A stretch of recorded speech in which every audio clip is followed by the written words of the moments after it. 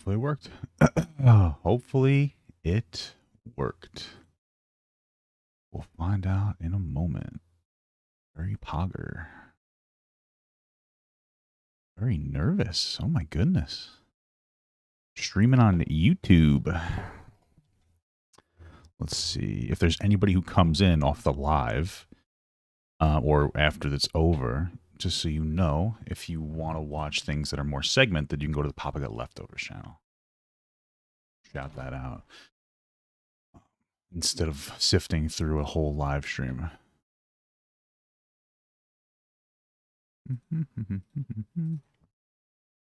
Works. Am I streaming right now? Oh, I am. All right, it was working. Let's see. Is anybody in the chat? Apparently there's 65 people watching.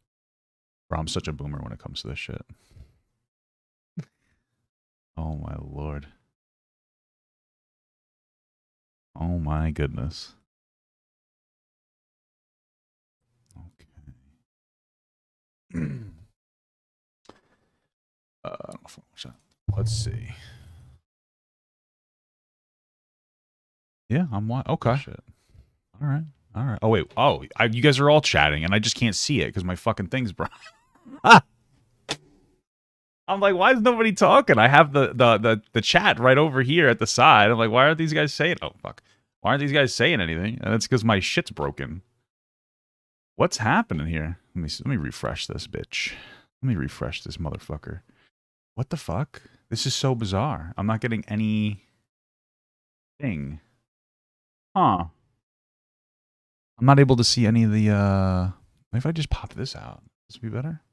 Oh, maybe that'll just, oh, that works, I guess. What happens if I close this, though? Does it go away? No, it doesn't. I'm fucking dumb as shit. Sorry, guys. My bad. I just didn't realize it wasn't working there. Is it all working fine? How's the quality? Is it decent? How's the quality? I might switch over here. Yeah, I'm thinking of making the switch, honestly. It's a little nerve-wracking. It's so weird because, like, I've been streaming on Twitch for, like, I don't know, a couple of years maybe, I guess, or a year and a half or something. But I think the timing is right. It's good quality, nice. I probably should, like, take a look and see if it's, like, 1080 penis or whatever it's called. Is it 1080 penis? It is. Nice. Very cool. Please switch. Yeah, I might. I've been doing like a little bit of a little soul searching. Oh yeah, Christian. Sorry. Yeah, let me put that in the fucking queue for what I should do today since you guys are crazy. I've been considering like how I want to like move my channel over a little bit, like how I want to like move forward with my channel. I'm on part 65. And I think I want to focus a little more on doing like I think I want to focus a little bit on transitioning to doing like live streaming on my main channel and then maybe posting all my bits on my secondary channel instead. And like doing that. So like leaving the live streams up, chaptering them, and then tossing the thing off. Hey, thanks for the donation. I thought I had this set up. How have I been? I haven't been too bad. Oh man, this is frustrating. Hold on a second. This is gonna be a bad. Kill It got banned. Why did Kill It get banned? That sucks. Velvet Straw. Oh, there we go. Chatted $2.07. Hey, how you been? Not bad. Okay, it worked. I was getting upset. I'm like, oh, my stream thing is not working. Cody Reactions nice. super chatted $1. Nice. Thank you so much for the donation or the super chat. However this works. Thank you guys. Did it read how have you been? Hold on. I'm fucking Velvet dumb. Straw super chatted $2.07. How you been? Nice. I've been good. Thank you. Thank you. Thank you. Thank you. Thank you. Thank you so much. Okay, cool. I have it set up. For people who typically watch me, I'm not gonna watch this first. I might do that for. I don't know what we're gonna do first. We'll see. For people who typically are on Twitch and you're like, Papa God, how do I suggest things? How do I suggest stuff to you on Discord? How do I suggest videos for you to watch? Thank you so much. Okay. If you go into the descriptions, you can go to the Discord thing, and you could suggest inside of the Discord, right here, under like the meta discussion suggestions tab. So if that's what you want to do, you can send like whatever you want me to potentially review there, because I don't have like the channel point rewards in the way that I had them in whatever the other bullshit is, Twitch. So it's a little different. So I'm going to start using the Discord a little more for that. I'm burping. So how's everybody doing today? I'm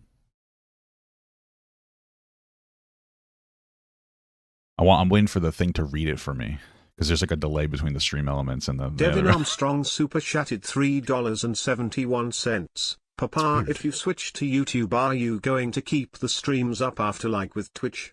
Or have it be a channel membership perk? I re-listen to VODs. So I'm going to leave the VODs up, and I'm going to chapter them, and then I'm going to take all like the different segments I do and put them on my secondary channel. The one thing I find a little annoying though is you donated $5, but it only said you donated $3.71. So it sounds like it's taking the cut of YouTube and then like factoring that in. So I'm sorry that it's going to underreport how much you guys are donating. I really do appreciate the donations, but it's going to like fucking underreport everything. Or maybe it's because it's Canadian money. Wow. Is that why? No way. That's so stupid. It should just say $5 Canadian. Whatever. I appreciate the donation. That's so weird. Stevenot super chatted $1.48. Can you check out David Goggins and his ideology? Maybe. Maybe I'll take a look at that. Am I sure I want to switch? I'm doing an experiment. It's because it's Canadian? Damn. I wish it would just say $5 Canadian then. It seems like kind of a cuck to you guys. It's fucking poor shaming you for living in a shit country. I'm just kidding.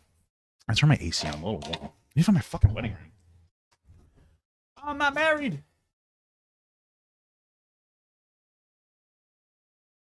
I don't know where I'd put it. It's right, I guess I'll just be fucking single tonight. Fucking Canadian dollars.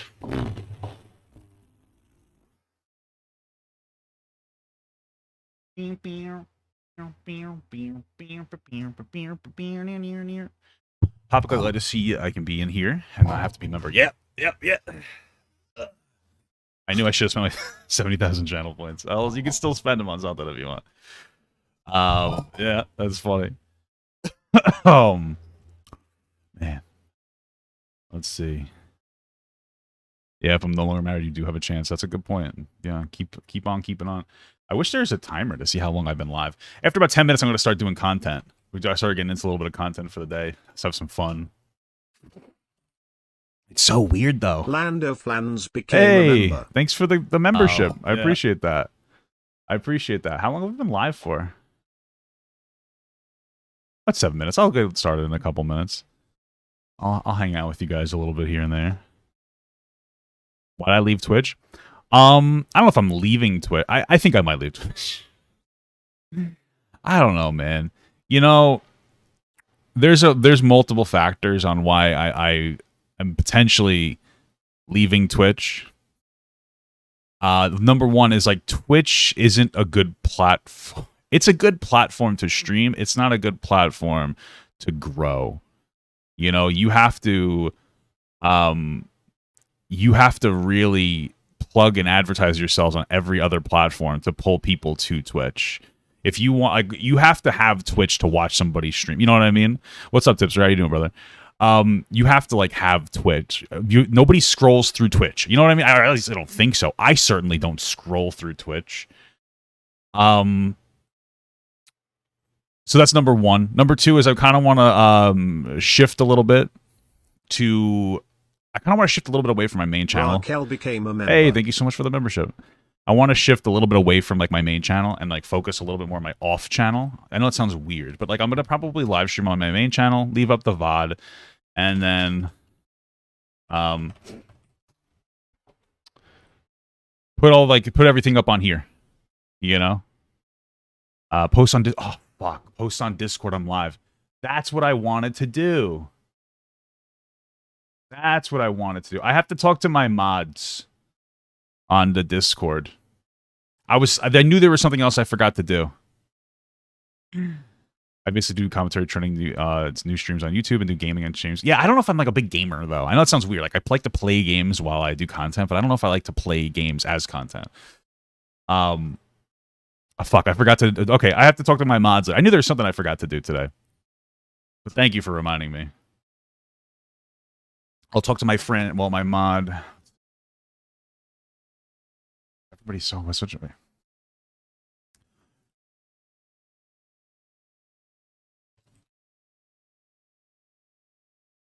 Live announcements and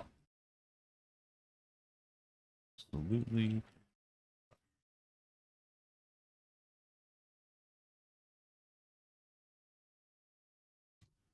All right, I have to message a Discord moderator. I need one of my Discord mods to help me. Yeah, I don't know, man. I don't know if I'm gonna keep up my Twitch. I don't know. I don't know if I'm gonna keep it up. We'll see. Maybe maybe I will, but you know, I'm fucking cringe. So that's a lot to say about that. All right. Are you reacting to videos? Yeah, that's all I do. All I do is react to videos. Which one do you want to start with? Because I have actually quite a bit of shit going on here. It's so weird, though. It's so weird. It's so weird doing this on a different platform. It's so fucking bizarre. I don't know, dude. It makes me cringe a little bit. I need a minute to adjust. Yeah, I heard Twitch is making cuts too. I don't think it's a cut that would have any impact on me. But like, dude, people are browsing YouTube all the time for something to watch. And nobody's browsing Twitch for something to watch. You know what I mean? At least I don't think so. There's times where I pop into somebody's stream. I have no idea who the fuck it is, just because I'm looking for something to listen to while I do work or something. It just seems like a smarter idea. Can I do both? So I could do both at the same time, but like I'm a partner on Twitch, so I'll lose the partnership, and then I'll lose my ability to make money from like subs anyway. And I don't think I'm gonna pull anybody from Twitch to YouTube. You know what I mean? I feel like everybody who I feel like I'm a YouTuber first, and like I stream my content and I put it on YouTube, but like I'm a YouTuber. You know what I mean? So like I don't think I'm gonna be productively pulling somebody from Twitch onto YouTube. You know? Like all the guys who follow me on Twitch are already YouTube like fans of mine, and they probably have a higher chance of seeing this. There's a hilarious clip of Tristan Tate dating a racist. Wow, sounds like my ex. When I say that, I mean like my ex that used to date a racist. Does YouTube pay better? I guess so. I'm not really like worried too much about the money. I guess it's. I mean, I'm more worried. I don't know. I kind of want to just have the VOD up after the fact. Does that make sense? Does that make sense? All right. All right. All right. All right. Listen. Velvet Straw super chatted $2.07. It won't let me become a member on mobile. I'm sorry. I don't know how it works. I am very bad with the computer stuff, I guess. But I feel so bad because it's just killing me that you guys are donating in Canadian and it's like translating and I feel like it's mean. I don't know why. I feel like it's mean, dude. I'm sorry. Hey, what's up, Vince Vintage? How are you doing, bro? This is so much better than Twitch. Yeah, absolutely. It's so funny. I was talking to dude. It's so funny. I was just talking to my buddy yesterday. I think did you just get engaged? Congratulations. Sorry if I'm doxing you at all. Yeah.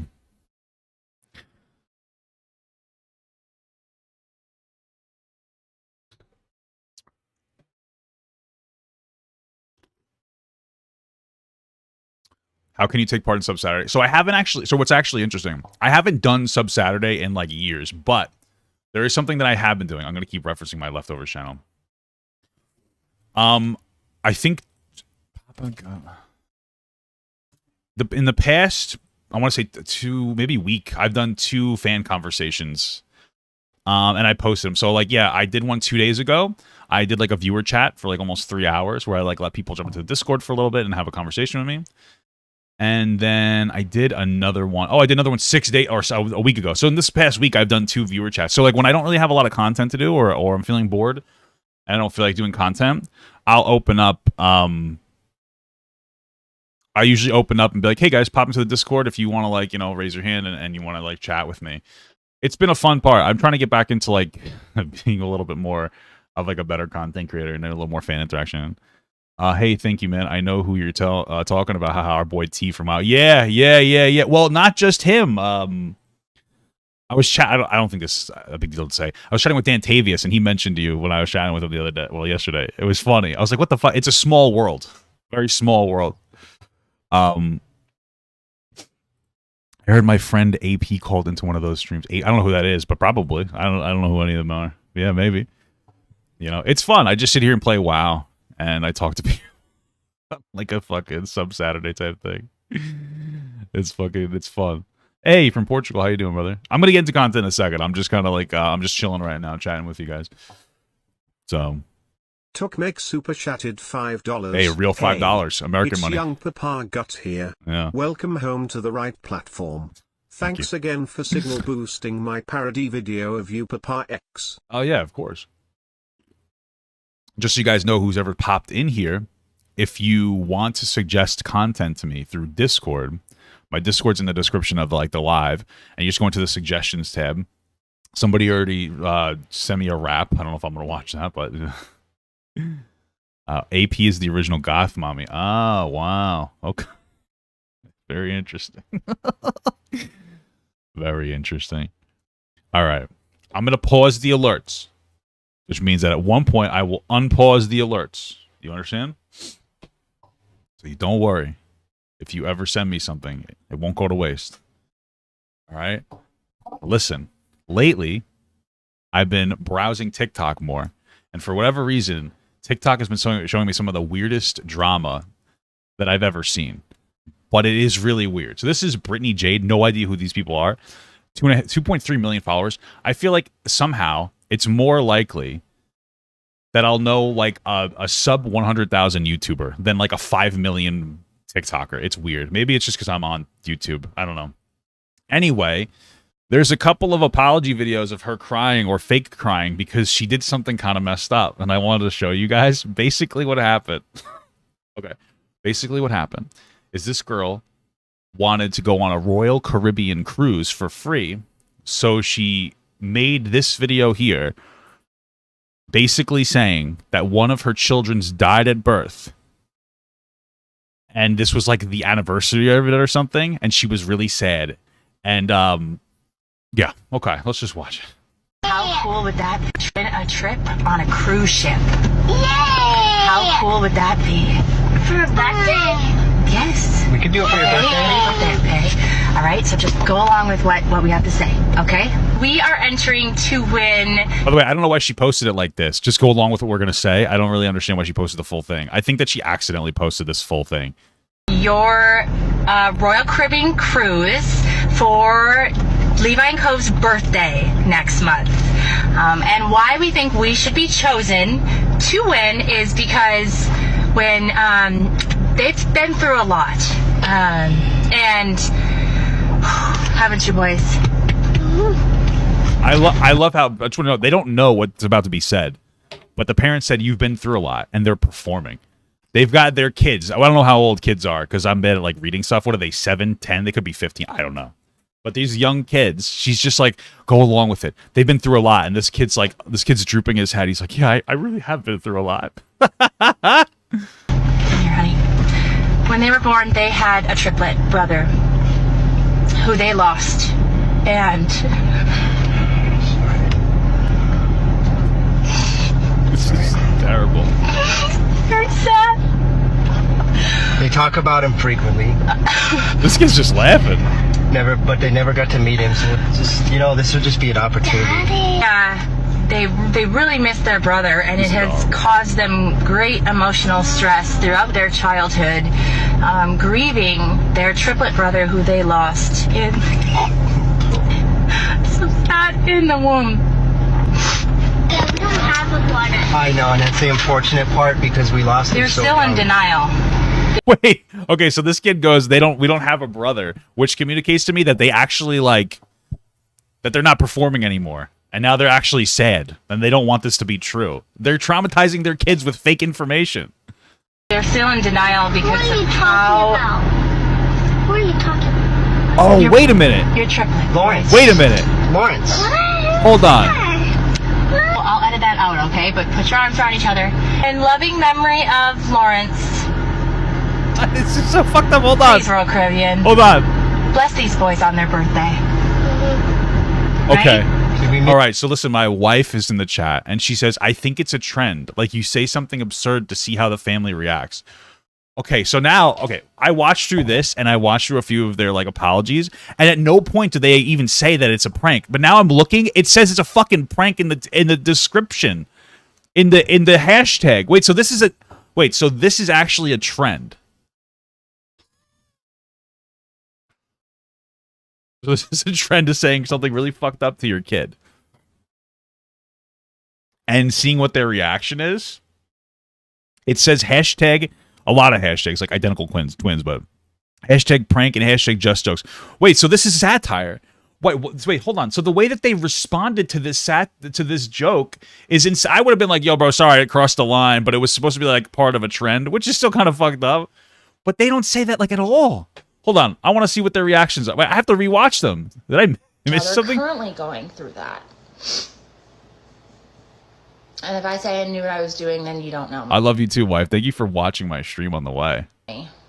Why are the TikTok stream trends so crusty? I don't know, brother. Don't That's know me. Crazy. And it's at this point, you can either stay and help me, or you can hate me and leave. There are no other options. Help her what? I just feel like it was like a bad taste joke, and this is one of like the really big problems is people will feed so heavily into basically getting canceled. Like when somebody does something wrong, which they did something wrong. I mean, that's an absurd trend to be doing. But when somebody does something wrong, instead of being like, hey guys, like I messed up and having a proportionate response, they react to the disproportionate response and then they lean into it. And then people think that what's happening to them is actually more justifiable. It's fucking crazy. Okay. Wait, oh, did I just... How do I reopen a closed tab? Oh, really boomer of me, huh? Wait, is it here? Oh, it's right there. Reason why I deleted that video so quickly, so I please ask for anyone who is reposting and resharing that video elsewhere to please also delete it immediately. It was a little bit of a bad prank. It makes sense now, though. It makes a lot of sense now that it was just a prank. Here's another thing. I spent the last 2 weeks seeing and hearing the most unimaginable stories, and my heart is broken knowing the pain I caused so many of you. Wow.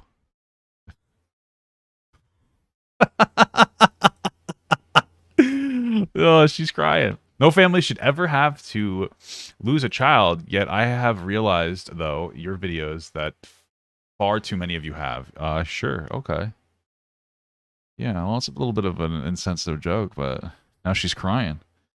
I know so many are hurt by Brittany Jade's video. Hope she sees this as child's law. These people, like, can you fucking create a sentence? Sorry. This is my daughter. Oh, okay. She's showing other people their infant loss videos. Wow, Jesus, this is horrible. Wait, what was this one? Oh, it was just showing that she was pregnant. How sad. Damn. That's just sad. Yeah. She looks like she's signal boosting someone else's video about losing their child. I found a video from Rachel, the unclothed. What is this, Game of Thrones? Who chose to turn my tasteless joke into something positive by starting a campaign. Okay, that's nice. What is the campaign? Okay. For the rest of the month, we were working together to raise money for families who have gone through this. Oh, unclothed is oh. Okay. It gives clothes to kids that don't have clothes. That's pretty good. That said, we will be gifting as many families as we can who are also grieving the loss of a child. That's pretty sad. Damn. Jesus, that's sad. Oh, my Lord. Okay.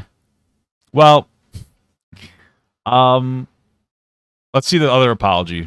Let's see this one really quick. This is the last thing. On my actions. And trust me when I say that I've really taken this week to reflect on my actions. I really don't think it's that deep. And trust me when I say there is no one who is more disappointed in those actions than myself.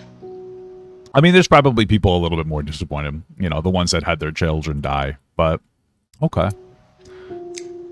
I have hurt a lot of people. Okay.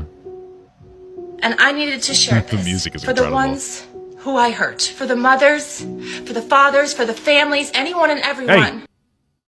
You forgot about the non-binary parents, the parental units. Please be a little less transphobic, ma'am. Who has ever lost a child, a baby, babies.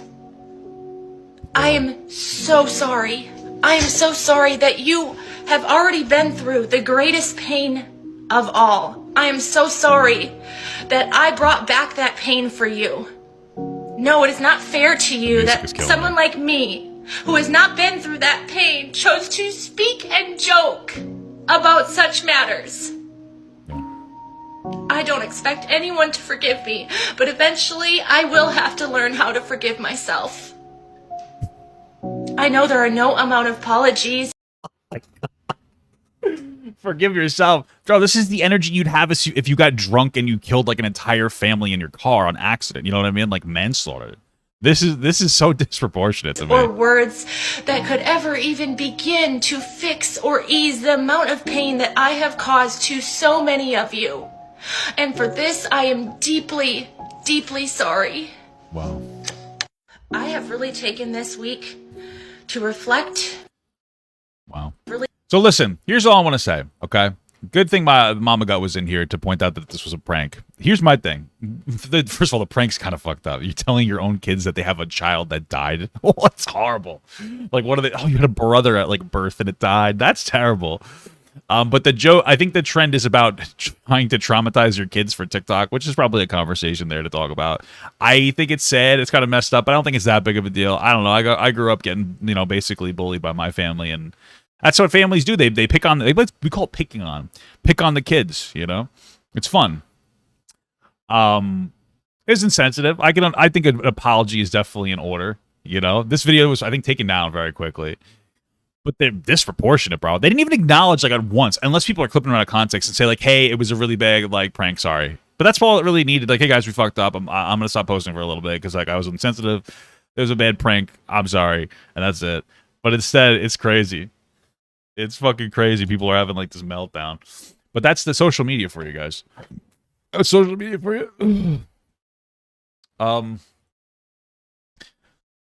That's why you need to go to, like, an anti-social media platform.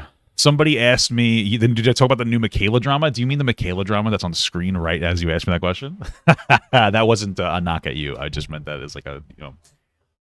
Somebody asked how you can do video recommendations. Discord. Discord's in the description. In this channel right here, suggestions. You could throw something in here. Somebody sent me that. What is this? Okay. Well, it's got DMCA music, so try not to do that. It's just Diddy Kong.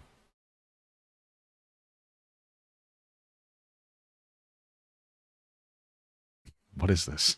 What did you send me? Like, what is that? Okay, thanks. I appreciate that. I really needed that. Oh, my stream elements. Is it messing up? You guys are ridiculous. Oh, I'm just trying to get my stream elements to, like, function properly. It's, like, a little weird.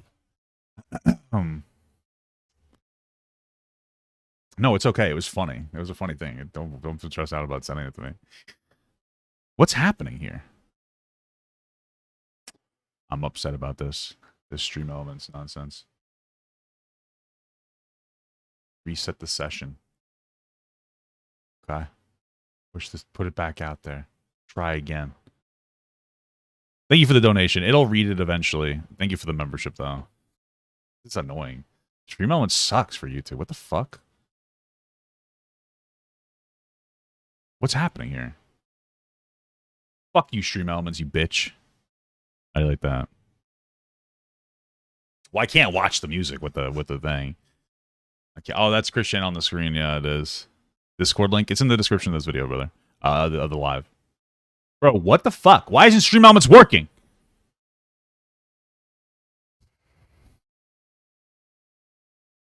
Sad stuff, dude. Well, hopefully it works later. Anyway, thank you so much for the membership. Insane Reality. More YouTube streams. It's a better platform. I agree. We're gonna see how it goes. Fuck me, dude. You know, I got fucking cucked on that one. All right, listen. Listen. Today, okay, like 2 days ago, I saw the whole Mikayla Nogueria. Is that how you say it? I don't care. Thing where she was complaining about how she like it's hard being an influencer or whatever. So I grabbed the video from TikTok. I was like, okay, I put it in my thing to like what I was gonna do when I came back to stream, and I was gonna talk about it by myself. Of course, as I'm loading up the stream, it was taken down. The core video is taken down, so I can't do that. So I'm like, okay, you know what I'm gonna do? I'm gonna Google a video of it, and I'm just gonna watch someone else's content on it because that's what I do. So the first one I came across was, of course, a Dustin Daily video. However, the problem is that I'm very devoutly Team Richard Luck. So I specifically sought out a video from. I went to Rich Lux's channel, and of course he had one. So this is the one we're gonna watch. All right, fuck you, Dustin Daily. I'm kidding. You're not that bad of a guy, but I'm just I got to do what you got to do. Am I right? Let's do it. Oh yeah, it's called The Downfall of whatever her name is again from Rich Lux. Who is it? Oh, a mask within a mask. My face reveal. Oh, it's Rich Lux. Oh, I bet you didn't know that. Y'all shook the house. Oh, it's a credit DeVille. I'm sitting here in my little credit DeVille outfit, girl, that I got on Fashion Nova. What's up? It fit. And let me tell you what. This outfit go for. Sorry, this is just funny though. What's up? In this thing at the bottom where he tries to encourage you to subscribe, it says he has 1 million subscribers instead of like his actual subscriber count. I like that though. That's called you put the energy into the atmosphere. It's like dress for the job you want. I respect that. I'm gonna start doing that. Put one in here that says like 10 million subs. It fit. And let me tell you what. This outfit go from small to 5X. What's up? Okay? Like April Butcher said, I'm living. I guess it could fit on me then, huh? My best 500-pound life. Oh my god! I've never heard anyone say that. I'm living my best 600-pound life. I'm living.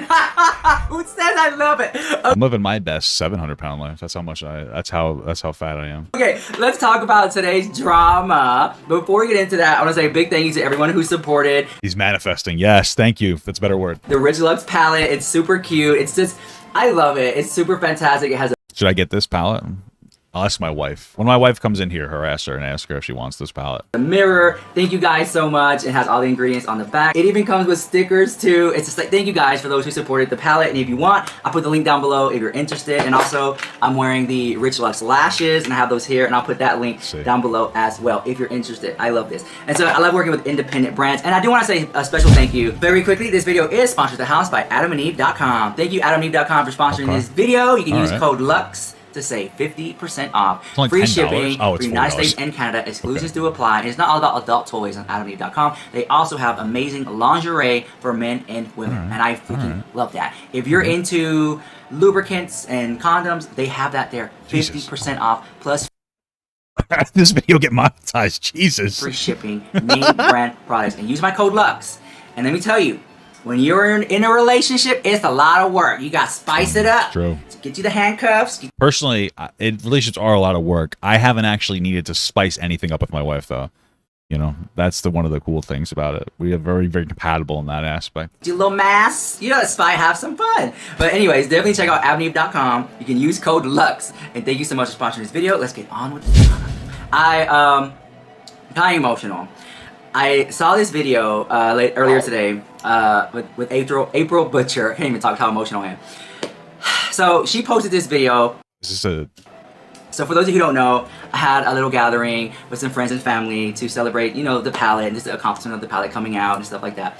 And I invited her to come. She came, and she's a really good friend to me, and she means so much to me. And I'll put her YouTube channel down below. She's also a YouTuber, content creator. She's amazing content. I love her videos, her perspective. Did she get in like a car accident because she was filming her video while she was driving? What do we? Because she tends to see things like this, like like a piece of paper. There's two sides to it. You know, she sees it like Chanel. okay. There's two sides to it. And I like people who can like see it both ways and not just like one narrow-minded, right? Anyways, I invited her to the party. She made a review. Hear me out. She made a review of the launch party or whatever, the mixer I had. She made a review video, and it was so cool to see it from an outside perspective, somebody who was there with their own views and opinions, no one who didn't work for me or anything like that, or any like, you know what I'm saying, like insider people. I should have went to this. I think I got invited to it. It was just in Texas. I didn't know. I was like, oh, that'd be. He invited me to some party. Hopefully, that's not displaying too much information. But people who was like, okay, so I helped set this up or anything like that. Like, it was so cool to see it from a fresh perspective. And I'm watching her video, and it just really brought some tears to my eyes to see all the nice, wonderful things she said, and she kept it real. I mean, I thought with the energy here, I thought she fucking died. Oh my god. Well, thank God she didn't. she told you the good, the bad, and the bottom line, and it just meant a lot to. It just meant a lot to me, and I thank you, April. If you're watching this, I love you so much. You truly are a light in a dark room, so I love you so much. So enough of that. I do want to say we have a Halloween budget. So let me go ahead and just, there we go. We might have broke the bank with our Halloween budget from Whole Foods, because you know, I'm a rich woman of wealth. So they're not fake. Y'all are gonna say that these are fake pumpkins. Y'all are gonna make. I think the Mikayla Nogueria is coming up soon. Don't videos worry. exposing me. These are real pumpkins. So we're gonna leave them here for a couple days, and they're gonna like rot whatever. But this is our Halloween budget. I know it's very minimalistic, very chic. Martha Stewart is shook, but that's our Halloween budget. So hope you guys love it so much. Okay, so let's talk, because I feel like we need to talk. So guys, I have been talking about, and I've been getting a lot of negative comments on this situation, but I'm pushing through. I'm not gonna let me stop. I have my opinions. I have. You know what's so funny? I'm assuming he's talking about negative comments about the situation with this girl. When I was watching the TikTok that I was gonna watch on stream, but they removed it. My wife said, "Please be nice to her. I like her a lot." I'm like, Jesus Christ. Wow. I guess drama can be a little toxic. You know, some people throw like extra energy into trying to cancel somebody. I just think it's kind of funny because she says that like content creators, like influencers, it's like a hard job. It was just kind of silly. Battle Shield ready? So come on, leave your hate comment. Let's go. I'm ready. I'm ready for the comments. Okay. So here's what I want to say. YouTuber, TikToker, Mikayla, you know what? She has been called out multiple times for her Photoshop makeup looks. There are TikTok videos calling her out when she's reviewing something. You can see the face warp and stuff like that. And, you know, I made TikToks about it, and then people are, how dare you talk about Mikayla? You're so girl, no, I'm not. I'm just reporting the news. I know that's your favorite TikToker. Is she a YouTuber? Is this her YouTube? Oh, it's just like her YouTube Shorts. Hey, listen, this is a good time to get onto YouTube Shorts, though. Because next year, they're going to start rolling out, I think, 45% cut on the advertisement revenue. That could potentially, like, really heavily shake. Well, it's not going to do anything to TikTok, honestly. Because TikTok is, like, its own, like, little field. It's its own little culture in itself. But that'll be really good to incentivize creators to make content more for YouTube as well. It also doesn't even matter... it also doesn't really matter if there's music behind it anymore, either. So... YouTuber, but I'm just reporting the news. And honestly, guys, when I turn the camera off, I'm not living and thriving in Mikayla drama. To me, it's like, what's the next story? What's the next drama? Who's the next person we're gonna talk about tomorrow? Like, it just keeps going. I'm not all ate up with it, right? So I just call it like I see it. Sometimes I get it wrong, and I'll get on here and I'll apologize about it. We've done that several times before. But Mikayla, I will say one thing. I kind of like her voice. You guys know Got to Be Gel? They came out with a brow gel called Glued. I like how you can see that she's reading a list. But I kind of like her voice. I like, I don't know how to put my type. I like thicker, put together, trashy women. Like my wife. I love her to death. She's got big well, sorry, I'm getting a little explicit. But she's like a little trashy, like my wife, like in a good way, like a cute way, but she's very intelligent. That's the kind of girl I like. So I like that trashy accent. It's like my thing. You know what I mean? I'm just saying. I'm just being honest with you. She's probably really nice, you know. Mikayla has photoshopped her face multiple times, talking about makeup products. And Me too. It was a big debate if you could trust YouTubers who Photoshop stuff like that, you know. And there's a big debate on beauty filters. Like this camera I have right now, it has a little beauty mode. Everything tends to look a little bit more, you know, smoothed out. What is a beauty mode? But you know, if you're getting paid to promote a makeup product, throw no filter on there. But everyone uses filters. I get it. We live in that day. So I can see how, I see it like Chanel. I see both sides. You know what I'm saying? Then she got called out because she said when she launched her makeup palette, the newest one, the one that's called Pop 2, P-A-W-W 2, when she released that palette, she said a portion of the proceeds is going to go, oh, no, not even. I have that clip too. She said that she's going to donate half of her earnings to Roe versus Wade. Did she? The Roe versus Wade decision. I've also made a personal decision to donate half of my earnings of my new Glam Light collection. Did she not do it or something? Like in my bio. Okay. People were saying, and that was like a short version, because there's a longer version, a lot more tears, a lot more dramatic. And girl, I've been doing this for 10 plus years, girl. I've been dealing with influencer beauty drama, scandal, ain't no scandal I can't handle. Like, there were parts of that seemed just like, it just seemed fake, girl. Okay, I just called it out. I mean, listen, maybe she really, listen, here's what I think. I think that it is very easy to get wrapped up in the insane, terminally online behavior. And large influencers, content creators, very quickly go into that space. Right? And they don't even recognize it. So, to be honest, she probably really did care about Roe v. Wade. Because she's a girl. Ew. But like her reaction to it was, I would say, a little extra. And unintentionally, possibly performative. You know? But as long as she donates some money, like, who really cares, you know? Now, the whole thing seemed fake, strategic, and manipulative. And this is coming from people from her own camp in the comments, and also people in the DMs that sent. I think it's good to try to give people the benefit of the doubt on the behavior that they engage in, unless there's like a reason not to. Like, there's nothing. Mikayla's never done anything, I don't think, that's made me go like, oh, what a lying piece of shit. You know, so I would say like, oh, maybe some people are saying that, but like, you know, shouldn't feed too much into the idea that she was like, you know, she was just trying to be manipulative and fake. At least for me, like when I get like emotional on camera and I post, well, I mean, I very rarely do that, but when I do feel like I want to do that to like communicate like a real you know, emotion I'm having, I don't want to be too toxically masculine. You know, I'm trying to take my wife's advice and express myself a little more. You know, but whatever. It could be like upsetting, so I wouldn't even doubt that she like put that up and then she felt embarrassed, because that's how you feel afterwards. You're like, fuck, I wish I didn't do that, you know. I mean, DMs, and I also posted. Well, gotta see if the gloves are off. I also posted it on my Instagram, and I was expecting, you know, to get lots of hate. You know, I can't believe you talk about Mikayla the Queen, like whatever. You know the usual, right? But what was so you'll probably see in the comments, "Are you just bullying her?" Like stuff like that, right? Because God forbid you have an opinion on the internet. So I posted it on my Instagram, shook, because what you guys have said. I'm gonna roll the receipts. Wow, okay, like somebody that, said still don't know her. Call her out. Does her lips change at all? Because there's one clip where her lip change. Someone said she's from Boston. Okay, somebody said still don't know her. Call her out. Does her lips change at all? She's from Boston. She's never going to see the effect of the overturning of Roe v. Wade. This is so theatrical. Oh, okay. Is that true? There's one clip where her lip changed, like warped or whatever. People were like shook by that. Wow, WTF. Here we go. Anything to get that coin. I thought Boston was really racist, right? In all honesty, I think she felt she was doing a good deed. She could have just said, I'm donating half the sales on my new launch, and skipped the link in bio. Links in my bio. That's true. She could have done that, but because then it makes it seem like she's trying to get you to buy more stuff.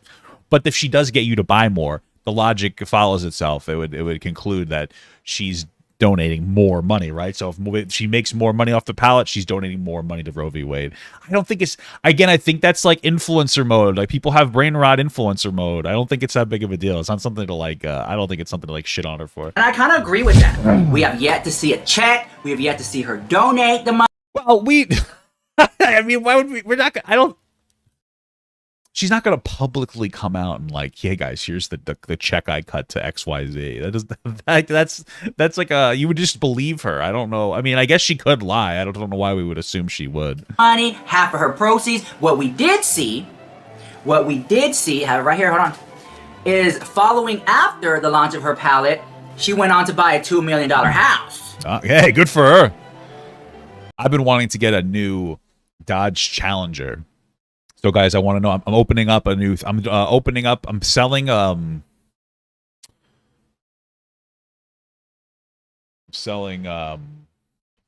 porn and I'm donating half the proceeds to some charity, and then I'm gonna buy a new Dodge Challenger. So there you go. She made TikToks about it too. That's what we. I'm selling commissions for furry yiff. What does that mean? That sounds gross. I don't know. Okay. Did see. I just heard those words before. Ooh, sorry. Very interesting tea. What is it? But then when I made my video, how dare you talk about Mikayla? It was, girl, you leave her alone. You're so obsessed. You're so obsessed with Mikayla. I get that all the time. Okay, so I just wanted to wait. I need to. Can we turn that light around? I want that light right in my face because I'm about to expose some tea. Thank you so much, darling. Okay, from a better angle. So check this out. Oh my god, it's porn. Ew. Sorry. Right. Then Mikayla. This TikTok of Mikayla was posted months ago. Yeah. I wouldn't even say a year ago, if that. She posted this TikTok where she says that she is tired, she's had it, and that her. What? Just watch it. I'm not gonna twist her words up because I want you to watch her clip. But what I got out of it is that her being a TikToker is so much hard work. It's so hard work. I already Googled it, guys. The FBI's on their way to my house. Harder than EMT, military personnel, doctors, nurses. Well, I think that she said it was the hardest work. She just said it was hard work. Oh, it's getting a little exaggerated. Nurses, lawyers, that her being fuck lawyers, bro. TikToker beauty with her filters is so hard. Y'all just don't understand. Well, she had said something along the lines of that. Let me roll the clips. I don't want to twist her words up. Here we go. Roll it. you did a little bit already. All right, we got Caesar salad with a little bit of Caesar dressing. All right. You know, I'm feeling like a fucking asshole today. So, Is this a TikTok live? I'm gonna fly back at people because I'm tired. I'm so tired. Every single day, I get up at I really like her voice. I'm sorry. I was just distracting a little bit. 6 a.m. Okay. I spend about 5 to 6 hours filming video content. I disagree with that part. I don't think that this is the problem I have. Listen, there are, and different content creators operate differently. There are unique issues as a content creator that I will deal with that you're not going to deal with because I'm better than you. No, I'm just kidding. But I will say that it is objectively better than when I used to work. There were times when I had like a real job. There were days where I was so stressed that I wouldn't sleep. It was bad. Like, there were times when my job was fucking me so hard that I wouldn't sleep. And you got to go to work the next day. I've had, like, really bad, like, interactions with, like, bosses. I got one of my bosses transferred because he was so bad. But it was fucking rough. Never experienced any level of stress even close to that. But, like, there's still stuff that you go through as, like, a content creator. And, like, people who don't make content don't necessarily, like, understand. You're not a victim, trust, like, or I'm not a victim at all, trust me. Like, it's not something that's, like, fucking, like, oh, my God. But, like, there's some stuff that's hard to communicate to people who aren't content creators. You know what I mean? Like, that's all it is. It doesn't make it, like, horrible. But the thing is that she spends how long on videos? I just don't think so. I get up at 6 a.m. I spend about 5 to 6 hours filming video content. I just disagree. I don't think that's true. Listen, I've seen like her TikToks every once in a while. If you're filming for 5 or 6 hours to create videos for TikTok, you need to learn efficiency because there's just no way that you're doing that. I don't think she has any long form content. That's my understanding. She has 0 long form content. This is her content. You guys know Got to Be Gel? They came out. It's a minute long. So this is 3 minutes long. This is a minute long. This is a minute long. Okay. So like, let's say she's making 5 minutes worth of content a day. That shouldn't take you more than like a half an hour with like heavy editing. It's really not that deep, and you should be getting better at it. So this just sounds like she's kind of jerking up it a little bit. She's like, I'm working so hard. I just, there's no way. There's just no way. That ranges from 3 to 4 videos, and I spend a few hours. Well, no, so her YouTube, okay, I'll go check her YouTube again. I just checked it on stream, but her YouTube is just reposts of her TikTok. So we'll check it directly from the source. Do you even have it linked? What the fuck is this? Honeycomb challenge. No, that's not what I thought it was. These are just a bunch of codes. Where's your YouTube? Okay. Does she even have one at this point? Listen, here's the YouTube that my understanding is right here. 180K. It's really just reposts of her TikToks, which is perfectly fine. So like, where's the 5 or 6 hours of work? It doesn't exist to me. Maybe she's making OnlyFans content. Okay. I was editing that video content. Then I have to work on my other content that ranges from 3 to 4 videos, and I spend a few hours editing that video content. If it takes you a few hours to edit that content, you need your I will do it for you. I'll do it for you. I'll be done in like a half an hour a day. It's not that hard to video edit. It really isn't. For her videos, it's mostly her filming and then cutting it up so that like it's more fluid. You're not spending for a fucking 3-minute video. What are you gonna spend 15 minutes on it? I'm not kidding. That's all it'll take. That's all it takes. You're not adding, like, it's not like it's no CGI involved. This is very performative. This is very performative. Like, come on, take a break. Take a rest. It's not that deep, okay? You've been spoiled for so long by making a lot of money that now you think that your life is hard. Okay? You think it's the makeup? What is she doing? Is she creating the makeup? What do you mean? Then I have to work on my other social media profiles, whatever it may be, Instagram, whatever. It's fucking posting pictures. Marketing. Then hire a marketing person. I'm in meetings from 12 to 5.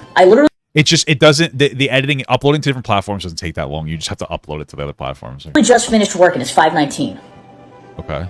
Try being an influencer at 5. I literally just fucking marketing. Then I'm in meetings from 12 to 5. I literally just finished working. It's 5:19. I just try being an influencer for a day. Try it. Because the people who say it's easy are so far out of their minds. Try it for a day. I'm not an influencer. I'm a content creator. My job is pretty easy. It is not for everybody. In fact, it's for a very small handful of people who can actually do this job. Because it's absolutely fucking insane. Actually, you know what? TikTok, I was giving Rich Lux a little shit before for saying it's harder than EMTs, and I was like, that's a reach. This communicates that to me. Only a handful of people can do it. No, it's not that hard. I don't know what you're talking about. She's exaggerating so heavily. It's incredible. I'm in meetings from 12 to 5. Yeah, she had a meeting at 12 that lasted for a half hour, and then she had like another meeting at like 4. You know, that's. You do not want to have this job. I'm just saying. All right. Okay. Okay, so we're back. So because of that clip has now surfaced again. You work overnight. Yeah, that shit's rough. Hundreds of people on TikTok are. Let me tell you something. The hardest job I ever did, and I did not work it long because it was misrepresented so poorly. I went back to my old job. Was I used to I drove a truck. You know what? I did for a day actually. It was so bad. I went right back. I was doing they pack the back of a truck and you deliver shit to businesses. And I'm like, totally fine. It's physical labor. I'm fine with physical labor. They're like, yeah, you know what? Some of the days are longer, some of them are shorter, but like you know, your long days might be about 10 hours. And the shorter days will be like 6 hours, but you get paid the same. I was like, okay. So I go on my first run. They gave me a manifest that was 12 hours. They said it would only be 10 hours. They gave me a manifest that was 12 hours, and it took me like 14 or 15 hours. And I had somebody guiding me through it the entire time. It's insane. It was horrible. That was brutal. That was fucking a terrible job. All right? Mikayla, go do that. Real jobs beat the fuck out of you. All right? The actual job I had, like I used to, like I managed like a cleaning crew for like buses, cleaning up piss, shit, vomit. Okay? It's disgusting. We had a woman who used to come on the bus every Thursday and Friday. She would get drunk, and then she would piss in all the front seats. She'd get up and piss in all of them. And you don't want to know what happens? Sometimes, check it out. Hot take. I know a lot of people don't know this. Women have periods. Yeah, I don't need to explain it any longer. I had to clean that up twice a week. Okay, there were days where like somebody would drop a log on the bus. Okay, I just need you to understand that like this job that you're doing is not hard. It's not hard at all. Okay. You don't doubt her. Makeup takes a long time, especially the way she does it. And when your content is about your looks and encompasses routine. Okay, I see what you're saying. My wife's in the chat being a fucking annoying and defending this woman. I'll be honest, Twitch chat. Okay, you're talking about something else. Okay, I guess I get that. I guess I understand that. All right. I guess I understand that now. If she's doing her makeup and she's doing like 4 makeup things a day, so what you're saying is she has to go and put makeup on first to base her makeup, and then she'll put on whatever bullshit brand that she wants to promote for the day. and then she might have to take it off of her face and then put another makeup on there. That's what you're telling me. Okay. All right. Okay. All right. Okay. All right. Okay. It's gotta roll through my head because I don't understand. How long does it take you fucking women to do makeup? I don't even know how I said that. My wife takes so long sometimes, and she just does like eyeshadow and stuff. She looks very pretty after. She looks good without it on too, though. Listen, okay, I understand now. I think I'm understanding that it could take a long time. All right, so it takes a long time. Okay, I get it. I understand now. Here's the thing. I understand a little better now. It takes a long time. You got to do your makeup. I'm gonna tell you something though. First of all, it's a hobby that's in a job now. Okay, I'm gonna sit here and I'm gonna play video games after this, and you guys are gonna watch, and I'm gonna do reaction content. When you do something you like, it's obviously less demanding. She's choosing this. She just bought a $2 million house. I don't feel bad for her to do a lot of work. And I'm telling you right now that, like, yeah, makeup sucks, but any of the jobs that Rich Lux listed and I would prefer to sit down and do makeup all day and make a video out of it that made a ton of money than I would to cleaning up fucking vomit or blood. That's all I'll say. The only aspect I will say, the one thing is that, like, it can be frustrating for some people to make online content. I get that. It takes you 2 hours to do your normal makeup routine. Maybe you suck at doing makeup. You ever think about Why? What are you doing? What is wrong with you? I'm sorry. I'm not trying to be rude. I don't get it. Oh, my God. Male privilege, let me tell you that. Wow. Okay. I feel a little bit more sympathetic towards Mikayla now. But maybe here's what maybe we'll do. If my wife's still in the chat. Maybe when you get home, we're going to buy Rich Lux's palette and we'll do a makeup stream for me. And you could put makeup on me and we'll see how long it takes.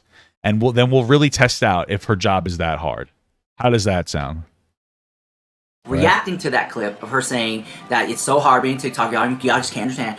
And they're saying, really? Because X, Y, and Z, that you need to check your privilege. It is what it is. Like, yes, you make great money being a TikTok beauty influencer, but don't sit up here and say how you work harder than this and this and that person. Like, really, you just have a privileged life and just keep it moving, right? It's not that big of a deal. But so many people are reacting to it that it has gotten big. I've even made a recent TikTok about it, and then we're making this YouTube video about it. It is huge. Super, super, super huge. Okay. So I feel like we need to talk a little bit more about that because she has yet to apologize for that. People, well, I would say me, and there's a few other people. I've got more receipts coming in right now. Did you hear about... Oh, we got more receipts coming in right now. Save that for another video. Right. Make sure... Okay.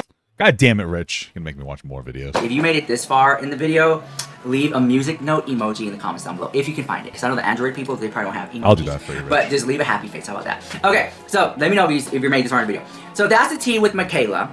I just kind of feel like, you know, she was a girl who just really desperately wanted to become an influencer. Even to the point that years and years and years ago, she was hating on Jaclyn Hill.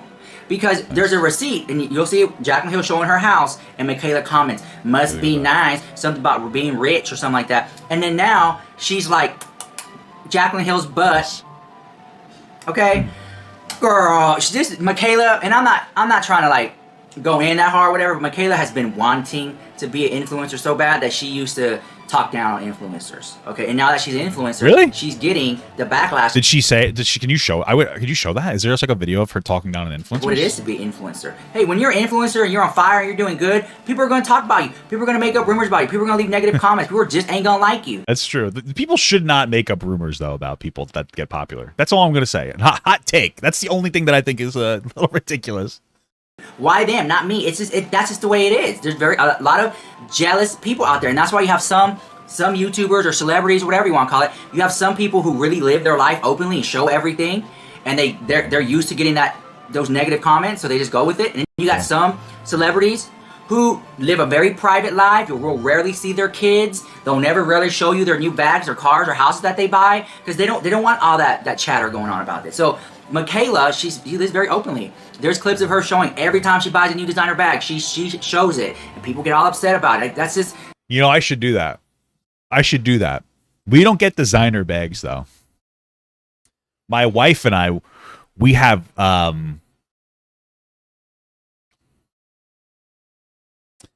we get Disney, we get lounge fly bags. We should do that. How cool would that be? Right? So I feel like Mikayla is just a girl who wanted a piece of the pie. She really wanted to be in this. I'm gonna put it in my video because I want to. So yeah, the short answer to that is yes. If you see everything behind me here. Look at that. Look at that. Look at all the we got more than that too. Look at all the bags I buy my wife. Lounge fly haul. That's not even all of them. Look at that. That one's not lounge fly up here, but it's so cool. Huh? Hey. It's cool. This field of social media marketing or being an influencer at a time when influencers, like, I feel like are they a thing of the past? I don't know. But I will say that Mikayla, it rides true when people say be careful what you wish for because you just might get it. And are you ready for that? You know, there's another saying that says, heavy is the head that wears a crown. Meaning it's a lot of responsibility. No. When you're a voice, when you have a platform and people are looking for you for your opinion and where they should spend their dollar, it's a lot of responsibility. It's not just about the packaging. People want to know about the texture. Is it smooth? Is it chalky? Is it safe? Is it cruelty-free? Is it vegan? Is it talc-free? They just want to know all these things. And if it's not, why do you like it? If it's not, and just, you know, just be honest about it. I like it because X, Y, Z, even though it's this and I don't like that. It's just very complicated. And I think that it's a lot of politics that become and get involved when you become a really big TikToker like Mikayla. And I think she's I don't know if you guys ever heard this before, but I used to be a pretty big TikToker. feeling a lot of it right now. I really do think she is. Will she crack or break under pressure? I don't know. I think it's very Mikayla to pull stunts. I've seen. Well, let's hope not. Okay, because my wife likes her a lot, which means that by default, I also have to like her. Like, that's how this stuff works. Her cry on camera for clicks and views. I've seen her do things like that. So either she'll be open and honest and talk about what's really going on, or she'll just spin it into her, you know, just be real. She could easily get on camera and say, look, listen, guys, I really want to be an influencer. I may have lost myself along the way with the money and the sponsors and the this and that and all these luxury stuff and houses and all this stuff like that. And I may have lost myself in that, and I want to bring it back down to where I started and get my honest reviews with no filters. And I don't, you know, because she went from just sitting at home reviewing stuff that she bought at the drugstore to sitting next to Charlotte. Is that what she was doing? Hey, Mikayla, do you want to review my insulin? Charlotte Tilbury. An insulin haul. Hey guys, here's my blood pressure medication haul. That's a good idea. Talking about makeup and stuff like that, when Charlotte Tilbury sometimes have been known to not have as many shade ranges as people would like. Back, you know, you got people like Rihanna and Uma Beauty and stuff like that who just have so many shade ranges. It's just crazy, right? So it's just very interesting. I think Mikayla lost herself somewhere along the way. Maybe. I think that if she truly cared, I don't know if it's that deep, but she would maybe address that and talk about that openly. We live in a world where now being on TikTok and YouTube has changed. It's not so much about the fancy cameras and the editing and the production. People really want lifestyle vlogs. They want to see the real, the raw. They want to see. That's true though. He's 100% correct about this. Like, I get, like, people want to watch people again. I think that that's really where things are trending towards. I don't know about Mikayla's whatever the fuck she's got going on in her content, but it looks like every video is a plug for something, which sounds like what she's always done. But people really enjoy, like, when people I don't always get, like, pop out. I don't understand why people like to watch me watch videos or do kind of like reactive videos. But people are like, yeah, it's like watching your friend watch a video you've already watched for the first time. And then I say, we're not friends. No, I'm just kidding. But I get it. It's like a comfort thing. I wonder if it has to do with, like, a very antisocial world where people don't really go out and hang out with people anymore. Because what a hassle, you know? Hanging out with real people. Ugh. See that the footage when it's this way and not this way. Like, they want the realness of it. And the pendulum will swing and they'll go back to highly productive videos and stuff like that. I think that she really needs to bring it back down to earth a little bit and just be like, hey, what's going on? Yeah, I lost myself on weight. I have been me, and I know that because I've been through that too. So I've never lost my way before. I know, but let me know what you think. I lose my way a lot. When Mama Gut and I are driving, she always has to tell me where we need to go. Because I forget, and then she goes, "Why, you lived here your whole life? Why don't you know where you're going?" I said, "I don't know. I just don't know where the fuck I'm going." About all that drama in the comments down below. I really want to hear and, like, see if you make response videos to this video, whatever. I appreciate it. And yeah, I really want to know what you guys think about it. And if you do make a response video, just anything for whatever you want to title it and then response video to Rich Lux, whatever. Because I'll watch it. But anyways, let me know what you think about that drama in the comments down below, and I'll see you guys in the next video. Bye, love you so much. All right. Cool. Good video. Thank you, Rich, for that. I appreciate that a lot. I do. I really do. I'm debating. Can I tell you something? I really wish that my stream elements worked. Can I tell you something? My wife really wants me to look into Marilyn Monroe. Wait, sorry, not Marilyn. Anna Nicole Smith. Same person to me, really. She's like, would you ever watch an iceberg video about Anna Nicole Smith or something? Or like, would you ever do like a video like that? And I was like, you know what? Because she likes her a lot. And so she sent me this TikTok. She's like, yeah, there's a few parts to it. You know? This is a 3-minute long video. Part 1, 2, 3, Part 4, Part 5, 6, 7, 8, 9, 10, 11, 12, 13, 14, 15, 16, 17. There are 17 3-minute parts. 17 3-minute parts. That's 51 minutes on a TikTok. What are you doing? Does she have a YouTube? Because that's insane.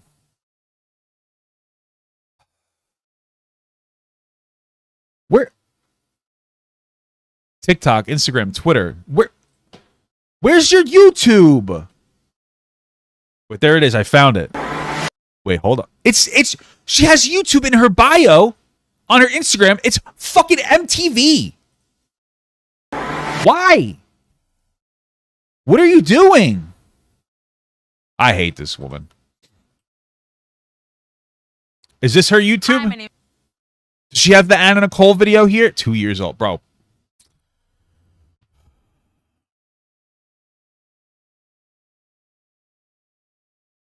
Bro, what are you doing? What are you doing with your life? I might actually watch it, but I mean, like, this is the problem is when I watch long content that's 50 minutes, I play games while I watch it. So I have to sit here and I'm gonna have to scroll to the next one. What I should do is I should take this and I should make it into my own video on my own video, and then like fucking like edit it together and then watch that. That's what I should do.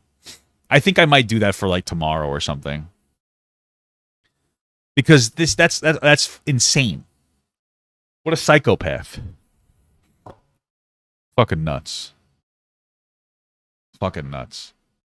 Who's this? Oh, it's a person we're just watching. Let me go to the bathroom. I might watch that. This is more like back end stuff because I kind of want to watch this. Let me go pee-pee. I can't run an ad, so you're gonna watch my ass walk away.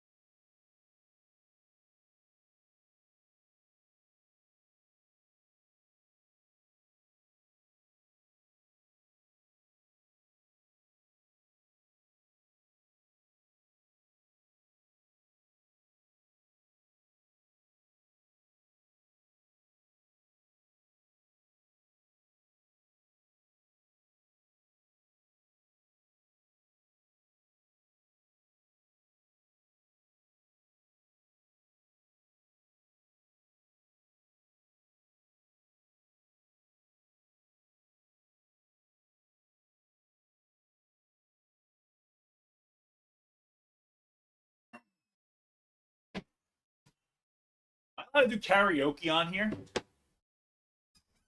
Am I allowed to do karaoke on here?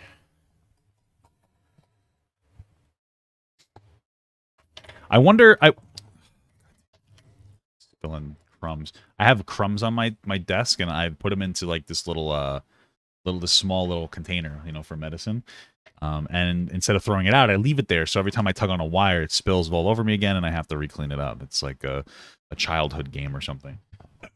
I wonder what's gonna happen when my Twitch users start coming over to YouTube, and then I have a clash between my Twitch and YouTube people, which is like young men and older women. It's gonna be a fucking shit show. What's going on, guys? It's gonna be a fucking shit show. All right. I can control my chair's behavior. Yes, thank you. That's why I thought that way, because you guys have been talking about my goddamn chair the whole time. Is it raining here? No, it's beautiful here. I like the rain though. It could be beautiful, but mini vacuum, smart idea, but probably not gonna happen. Saving it for later. Yeah, that's what I'm doing. Gonna have it a little late. Gonna eat those crumbs later. It's my favorite. It's my favorite dinner from 3 weeks ago. It was my favorite dinner from 3 weeks ago.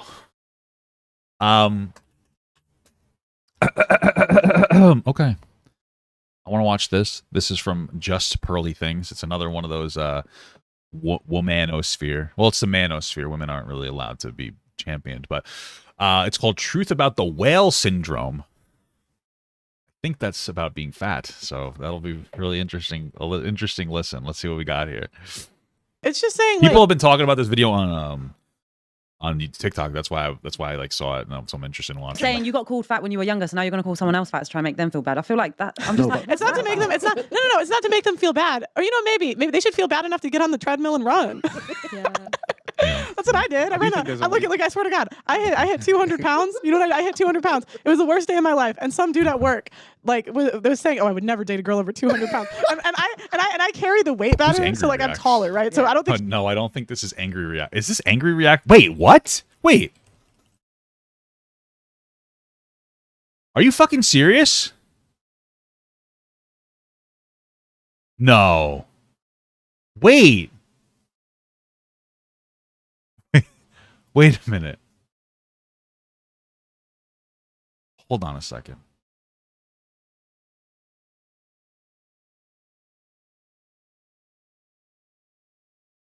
Is it actually?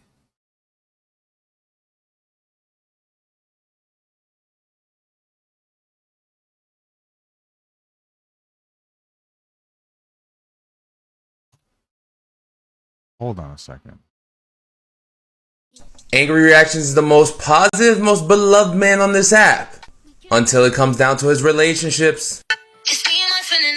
That's not her. Is that her?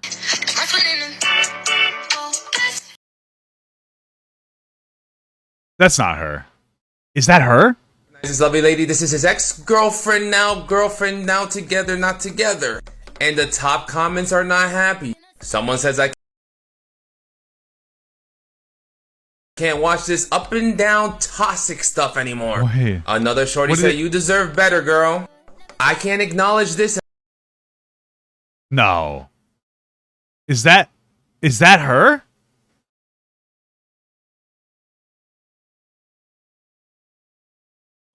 Oh, what?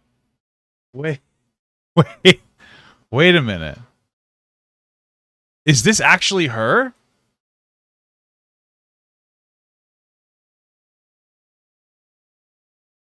No. This isn't the same person, is it? It's her, I think. Wait.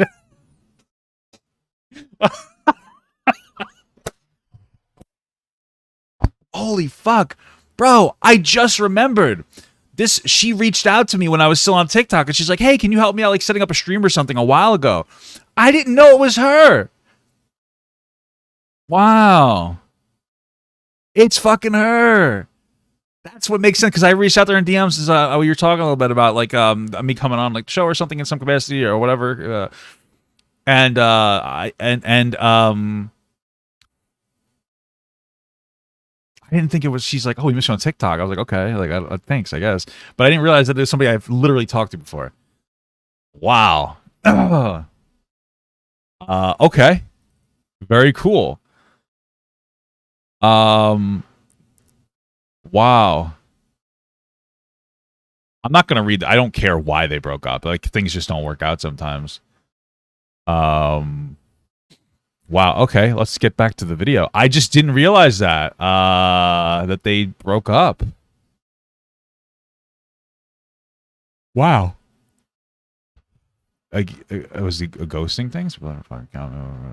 Seriously. Okay. Oh, all right. All right. Okay. Would never date a girl over 200 pounds. And I carry the weight better, so like I'm taller, right? So I don't think he knew I was. And and so I signed up for a marathon. I swear to God, I ran a marathon. Then I lost then I lost a bunch of weight. Why? So you signed up, bro? Because I'm not lazy. Because I was like, oh shit. Well, so here's the one thing I'll say. Obviously, I'm fat, but there are absolutely fat people who are lazy. I think a lot of the times there's like a multitude of different factors because like I've always done like physical labor for my life in my jobs. Like I've always done like pretty high physically demanding labor. Like when I was like the bus cleaning, I know it doesn't sound super physical, but like you're scrubbing buses, power washing. It's not super demanding, but like it's like physical. You're up on your feet all day, whatever. It's not really a laziness thing. For some people, it is. A lot of times, it's like a bad relationship with food thing. It's like like when I'm upset, like I eat, and when I'm happy, I'll also eat. And then you also when you live in America, a lot of the food that's like funneled into your face is not good. It's very micronutrient. It's not very micronutrient dense, not very fibrous. It's not very filling, but it tastes good, and you kind of get like almost addicted to the taste. I think that there needs to be better standards, honestly, for I think there needs to be better standards for the food that we actually allow people to eat in our country specifically. So I don't think it's just like a laziness thing. I think it's more than that. It can be just lazy, Part of it too is that like we have different types of jobs nowadays that aren't necessarily as demanding. I understand that. It's good to get up and start walking a half hour a day. Like that's the way that you should all start. And I think tonight I'm going to start again. I've been trying to really just for your health, even if it doesn't help you lose weight, just for your heart health. But it sounds like she didn't really have that relationship with food, and maybe she was just a little overweight just because of like poorer habits of just like kind of eating. There's different reasons for different people being fat. Some people are lazy. Some people have bad relationship with food, et cetera, et cetera. I would honestly say that a lot of times, if you're like really overweight, you probably have an eating disorder. But our society, it's so normal to be fat that we don't really consider it like an eating disorder in a way we probably should.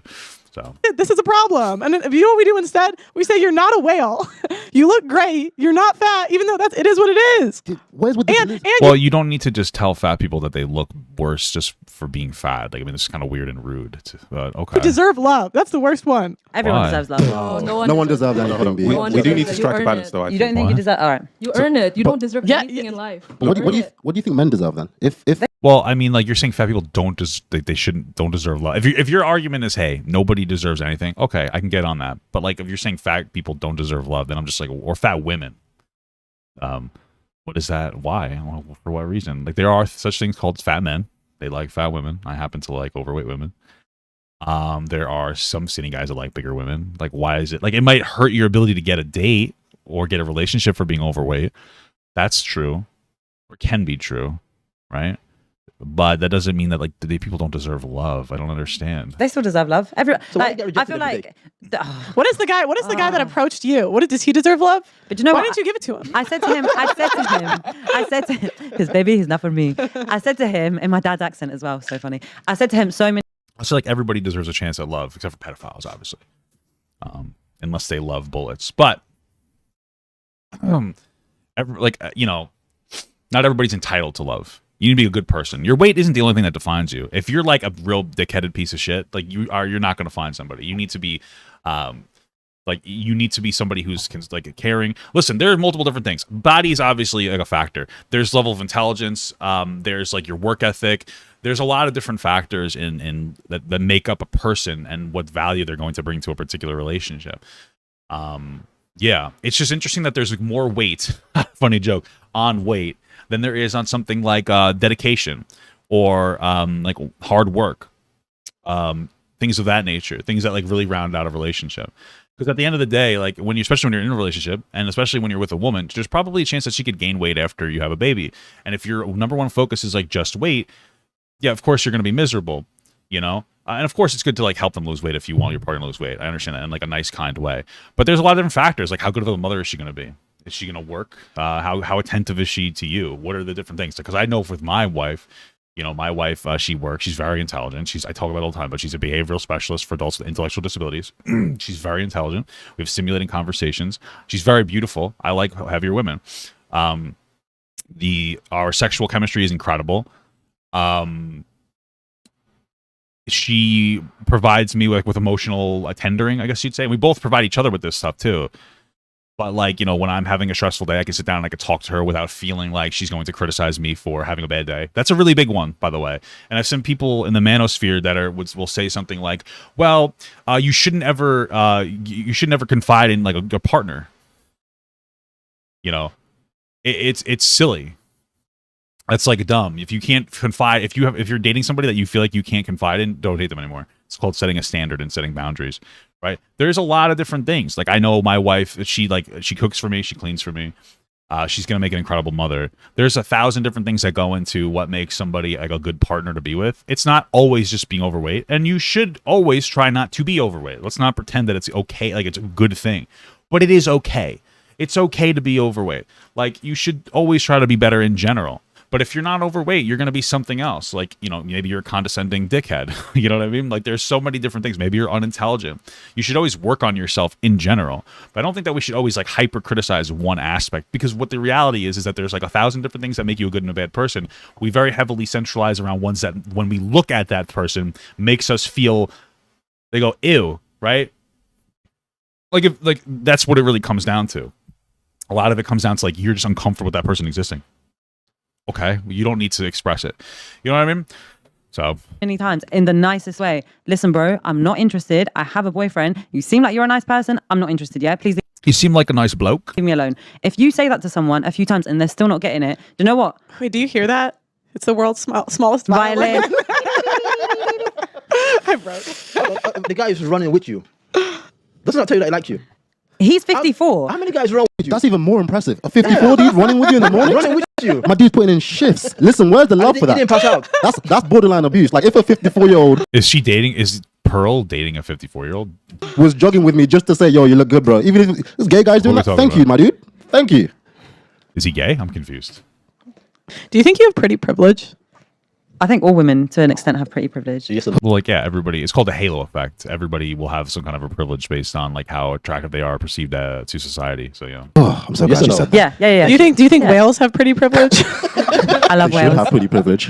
Whales are cute. You think whales? Orcas are very nice. Do you think whales have the same amount of pretty privilege that you have? As in the ones in the ocean? Is that what we're talking No, about? I'm talking about fat chicks. No, I just don't understand. Like, I don't understand. I'm trying to express this. I don't understand the disrespect, and I don't understand the disrespect. I really don't. I feel like, and I want to be very clear here, that some people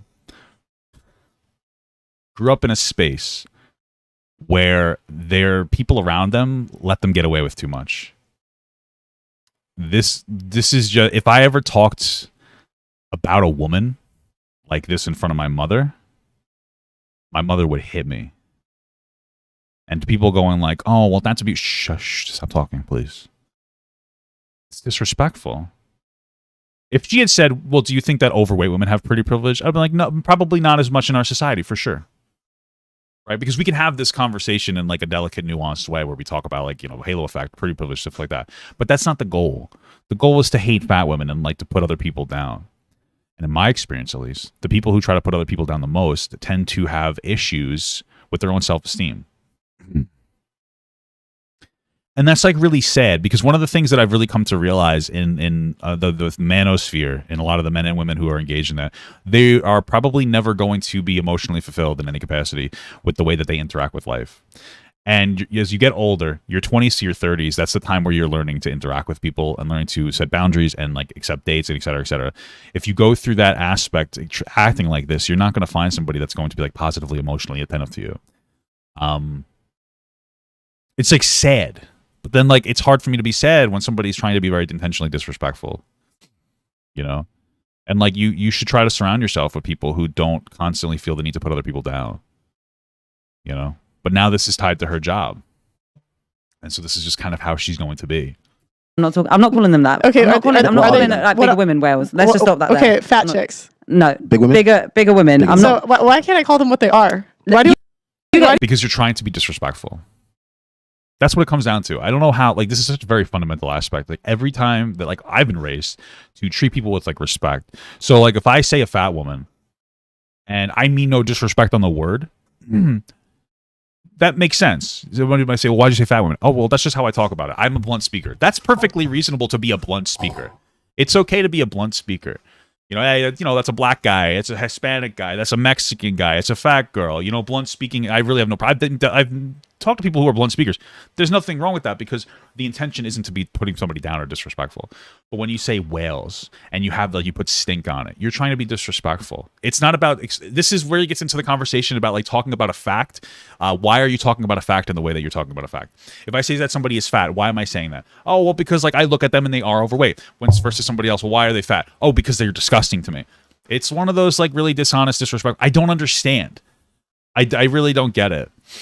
And it's so weird too because like I've seen men in the manosphere talk about this as well. And one of the weirdest things to me is that like I don't understand how you could have an ideology that centralizes around being a man that doesn't also centralize around being respectful at all. I really don't understand that. Where I come from, you learn very quickly like respect. I don't know where they grew up. I really don't understand it. It seems bizarre to me. I don't know. I mean, like I've got, I don't know. Maybe it's because I got in fights more and like, you know what I mean? Like, I don't know. I remember at my old job, like really like when I was younger.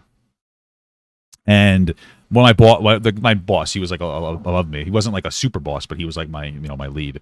Call my lead. And he's on the phone with his wife all the time. And like he wasn't doing work. So I we were all getting pissed. And I said like, oh, you're always on the phone with your fucking wife all the time. Like get off the phone with your wife. And like that started like a really big encounter. He's like, don't ever talk about my fucking wife. And that was like how you learn. And I think I was 19 or 18. I don't remember exactly. But I remember another coworker of mine. He's like, listen, I just need you to understand something. And this is something that really stuck with me for a long time. He's like, obviously, for one, you don't talk about somebody's wife at all. Like, you just stay away from it. I was like, that's understandable. But another thing you have to understand is that when you turn 18 years old, this is to a lot of men and women, you're an adult. I need you to understand this. Because people, even though even though like your mommy and daddy aren't treating you like an adult once you turn 18, the world's going to treat you like one if you cross a boundary. And the law exists, but sometimes the law is not going to stop you from getting smacked. So like try to be more respectful. I don't understand. You know what I mean? Just try to be more respectful. You don't know who you're walking around fucking with. It's so weird. You can it's your show again. No, but I'm saying like why do you want to live in delusion? Like because they're fat, they have more fat. They have more fat. Okay. I'll tell you why you want to live in delusion. It minimizes accountability. You can be offended and it can be plausible at the same time. Or it can be a compliment. I feel like I don't think that you need to police everybody that you see and constantly criticize all the time. We can understand that fat people should lose weight while also understanding that you should still be respectful to somebody who's fat because you don't know what they're going through or who they are as a person. And that there's more than just being fat that contributes to somebody's value as a person. I feel like you can carry weight in a completely different way and it will look different on different people. Like there's guys, that doesn't right? matter. Like, it's like you said, you're tall. When we talk about fat people, it doesn't have to be in a way where you think that they actually look good or versus looking bad. I think one of the things that people need to understand is like if somebody's making fun of a fat person, your response doesn't mean doesn't need to be, oh, you look really good. No, your response should be nothing like that. Fat people don't want you to comment on their looks. That's it. It's not, they don't want positive. They don't want negative. Some people are going to, of course, but generally speaking, people just don't talk about somebody's looks. That's all it really comes down to. You carried 200 pounds on you, and you still didn't look like you were that big. Nah, I was kind of wailing it. So, how much does your boyfriend weigh? When people are this whole plus size thing, it's like, why don't you marry a plus size person? He's like 96 kg. Most people do. What are you talking about? What is? When people are this this whole plus size thing, it's like, why don't you marry a plus size person? He's like, most fat people date other fat people. What are you talking about? Like, have you ever stepped outside your house? 96 kg. I don't know what kg is. I don't know what pounds is. You were saying 200. 96 kilograms. Like, what is it like? Is it 2.2 kilograms to a pound? So. I was like, I don't know what that is. About 13 stone. 13 stone kind of thing. Yeah. Yeah, I think 13 stones. I think that's 260. I think a stone is 20 pounds. What's that? So that means he weighs more than you. Yeah, he weighs more than me. He's a bigger guy. So that goes to show what I'm saying. What? What does it go to show? Fat women, like you don't like to hear. Look at the celeb. How many celebs got a fat girlfriend? What? I can't even understand what this guy's saying. Like you don't like to hear. Look at the celeb. How many celebs got a fat girlfriend? What did he say? I think it depends on what you characterize as fat.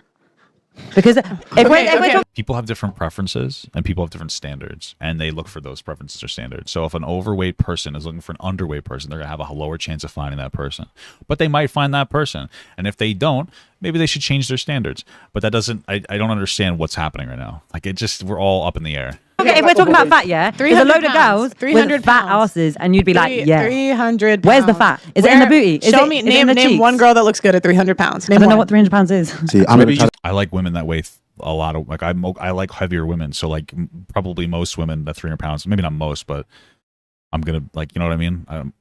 Okay. The word obese. You know what 300 pounds is. You know what a fat girl is. Yeah, what is that in stone? What is 300 pounds in like 15 stone? Stone. Isn't that like 1.30? Yeah, 300. I mean, right? How much is a stone? Oh, it's 14. Okay, sorry. I thought it was 20. My bad. Pounds. So 20 stone. What is that like? Is that over Like 15 kg? Oh, it's 21 stone. 21 stone. Yeah, name one girl that looks good at 21 stone. That's not a whale. I don't know anyone at 21 stone. So I know in media. I can think of a lot of plus size models. I don't know. Does Lizzo look good? Because you never look. I think she's Lizzo looks good. Yeah, I mean, yeah. cute. Personally, I think she's cute. Is that yes or no? I think she's Do you think cute. most men want to screw her? I mean, you're asking a dangerous question. You're asking a really dangerous question right now. I would put my fucking left nut on the fact that more people would want to fuck Lizzo than this girl here. I'm just going to be honest. People like Lizzo. It's not just because she's overweight. It's because, well, she makes good music, but she's also unapologetically fat, and she owns it. So, like, when you say, oh, do you think about, yeah, a lot of guys want to fuck Lizzo. You entered a trap. You put yourself in a really bad situation. Of course people want to fuck Lizzo. What are you talking about? You're crazy. That's rough. That's rough. Okay. I don't know what most men think. Do you think she gets the same pretty privilege you do? She probably gets more pretty privilege because she's also like an influencer. So I think I call that like a halo effect thing. I don't know. But who really cares? Why does this matter? Like, I think you do know. Yeah, you do know. I think if she was sat next to you when your boyfriend introduced himself to you, I think you would have felt pretty confident. Listen, yo, I mean, I think that's problematic only in the sense that, like, there should be no reason that you should feel more or less confident that your boyfriend, someone you're dating, would want to, like, go with somebody else. It doesn't matter whoever sits next to me and my wife. It doesn't matter. Like, that, you know what I'm saying? Like, it's like, oh, well, you feel pretty confident if she sat next to you. Why would you not feel confident when they sit next to anybody?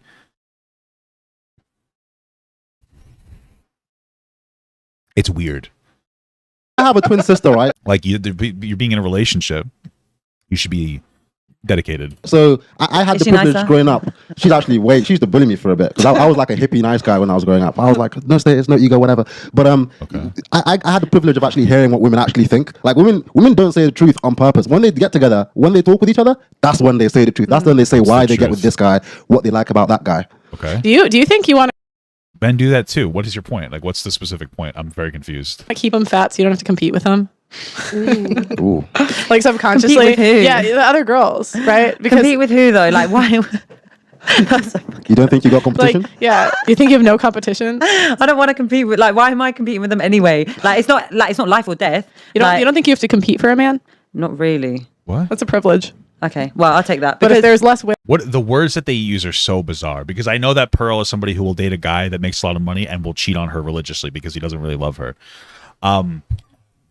When she uses the word compete, I would use the word maybe advocate. When you're in a relationship with somebody, you should never get so comfortable that you no longer treat them in a way that makes them feel special on both ends. Always. That's not competing.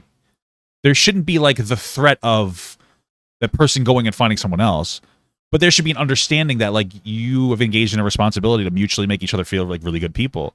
So like I continue to treat my wife well because I love my wife and of course I want to keep her.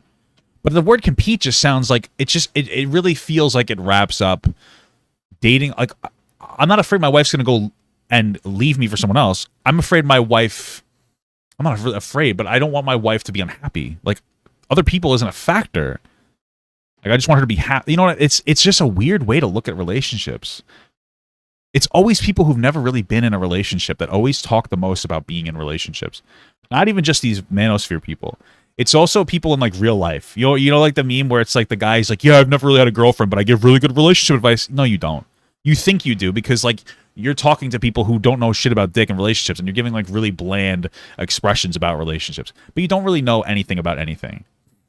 That's why you're like 19 years old, and you just like that's it. You don't really know anything that you're talking about. Wales, it might not be awarded to you. No, because just as I said. Super chatted $5. Hey PG, been keeping an eye on your YouTube channel but never have the time for Twitch. Still appreciate segments. Thanks, brother. In small words, why the switch? I talked about it before, but I feel like YouTube's like a little bit better of a platform. I should have paused that and then responded to it after the segment. I'm sorry, brother. But thank you so much. But yeah, I think I'm going to make the transition to the YouTube. Twitch hasn't really been that great. It's hard to grow on there. Just as lucky for you, there's a lot of girls plumping themselves up right now. So just being in shape, you're like, I like top a 30. juicy girl. Look at you're in the top like 30%, just not being fat. There's nothing wrong with a girl that's got a bit of back. Like it's fine. Yeah. No, it's just there's nothing wrong. There's nothing wrong with a girl. I think it's not. I think it's not the back. I think it's like the gut, the armpit fat. It's just not wings. healthy. The thighs. You know when they got like the little bean bag on their stomach, like the human bean bag on their stomach. That's messed up, man. Okay. Like for me, like when people. So just don't date those people. But why go around and like shame people for that? You know what I mean? People normalize this. It's just like it's not healthy. They're gonna die young. Yeah. That's not good. Like I don't know why people are like letting them die. I had a woman come up. It's not really what's happening. It's just more about like their existence without being constantly bullied. I want you to understand, like bullying fat people doesn't cause fat people to lose weight. If you actually care about fat people losing weight, you won't constantly like do what Pearl's doing, where it's just constantly like fat shaming people. If you want a fat person to lose weight, the first thing you need to do is identify why they're even eating so much. What is the specific underlying issue on why they're eating so much? And you work from there, and you try to encourage people to help themselves and lose their weight. Now, you personally don't need to do that to every fat person you see, because that's something that a friend would do for somebody. So if you actually cared about fat people, get some fat friends, and when they express to you that they want to lose weight, be supportive of them. But it really what it comes down to is it's always the excuse is they'll say they care about fat people losing weight, but none of them actually do. They like to bully fat people and say like shit about fat people. And they use like, oh, I actually just care about you as an excuse, but they don't really care about anything. It's the unfortunate reality. They really just don't care. Because I mean, know that you shouldn't be overweight. I talk about it all the time. Even in the beginning of this, you shouldn't be overweight. It's not good for you. And when you're young and you're overweight, you don't realize the negative impacts that it can have on you. And you really should make sure that like you eat healthier, specifically eating healthier. Like you can be technically healthy and overweight. Not like me overweight. Like you can't. Well, when I used to do like strongman training, I was actually really healthy, and I was like 330. But I should get back into that. But like, sorry, going off on a tangent. You need to develop the habits younger, because like really your younger years, even it's like your 20s, that's what's going to set the stage for the rest of your life. So you want to make sure that you develop like positive eating habits and whatnot, especially as you get older. And you should be really worried about having kids as well, because it's when you're overweight, it's difficult for both men and women to produce children. There's a higher chance of your kids coming out with some kind of like a disability. I'm just being honest. Like I'm not like, it's just kind of the reality, and it's something that like hopefully would motivate you to go like, okay, what should I do first? And the first thing that you should do is you should try to walk 20 to 30 minutes every day. That's it. You don't have to dive into it, because we also have a culture that just dives into everything head first, and they'll starve themselves. Yeah, which is also dangerous, because you're going to start seeing those problems when people who starve themselves and they don't eat well either. You're going to start seeing problems when you get older as well. Walk a half hour a day, 20 to 30 minutes every day, and drink water and stop drinking soda. Start small. Try to have like a cup, or maybe not a cup is a lot. Have like a serving of broccoli with every meal. Like high micronutrient dense food that's going to fill you up, so you won't want to eat as much other shit. Come on, that's saying obesity is suicide. Yeah, obesity suicide. I guess so. But I'm not forcing someone to be fat. Right, like, but you're saying you're supporting it. You might as well do, because you're supporting that. It's not supporting it. You're just saying like, hey, I'm not going to criticize somebody because there's some virtue of them being overweight. And that's all it really comes down to, because you're not actually going to make them lose weight by not doing that. You're normalizing it. I care about them enough to call them a whale, to motivate them to. That's not a motivation tactic. Nobody's going to be motivated by calling them a whale. Save their life. I should be a hero right now. It's concern trolling. It's pretending to care about the person, and then like saying that this is going to be something. It's very disingenuous. Like, just be honest. I don't like fat people. They're gross to me. Okay. Just do that. Just say, like, just say fat people are gross to me and I don't care about them.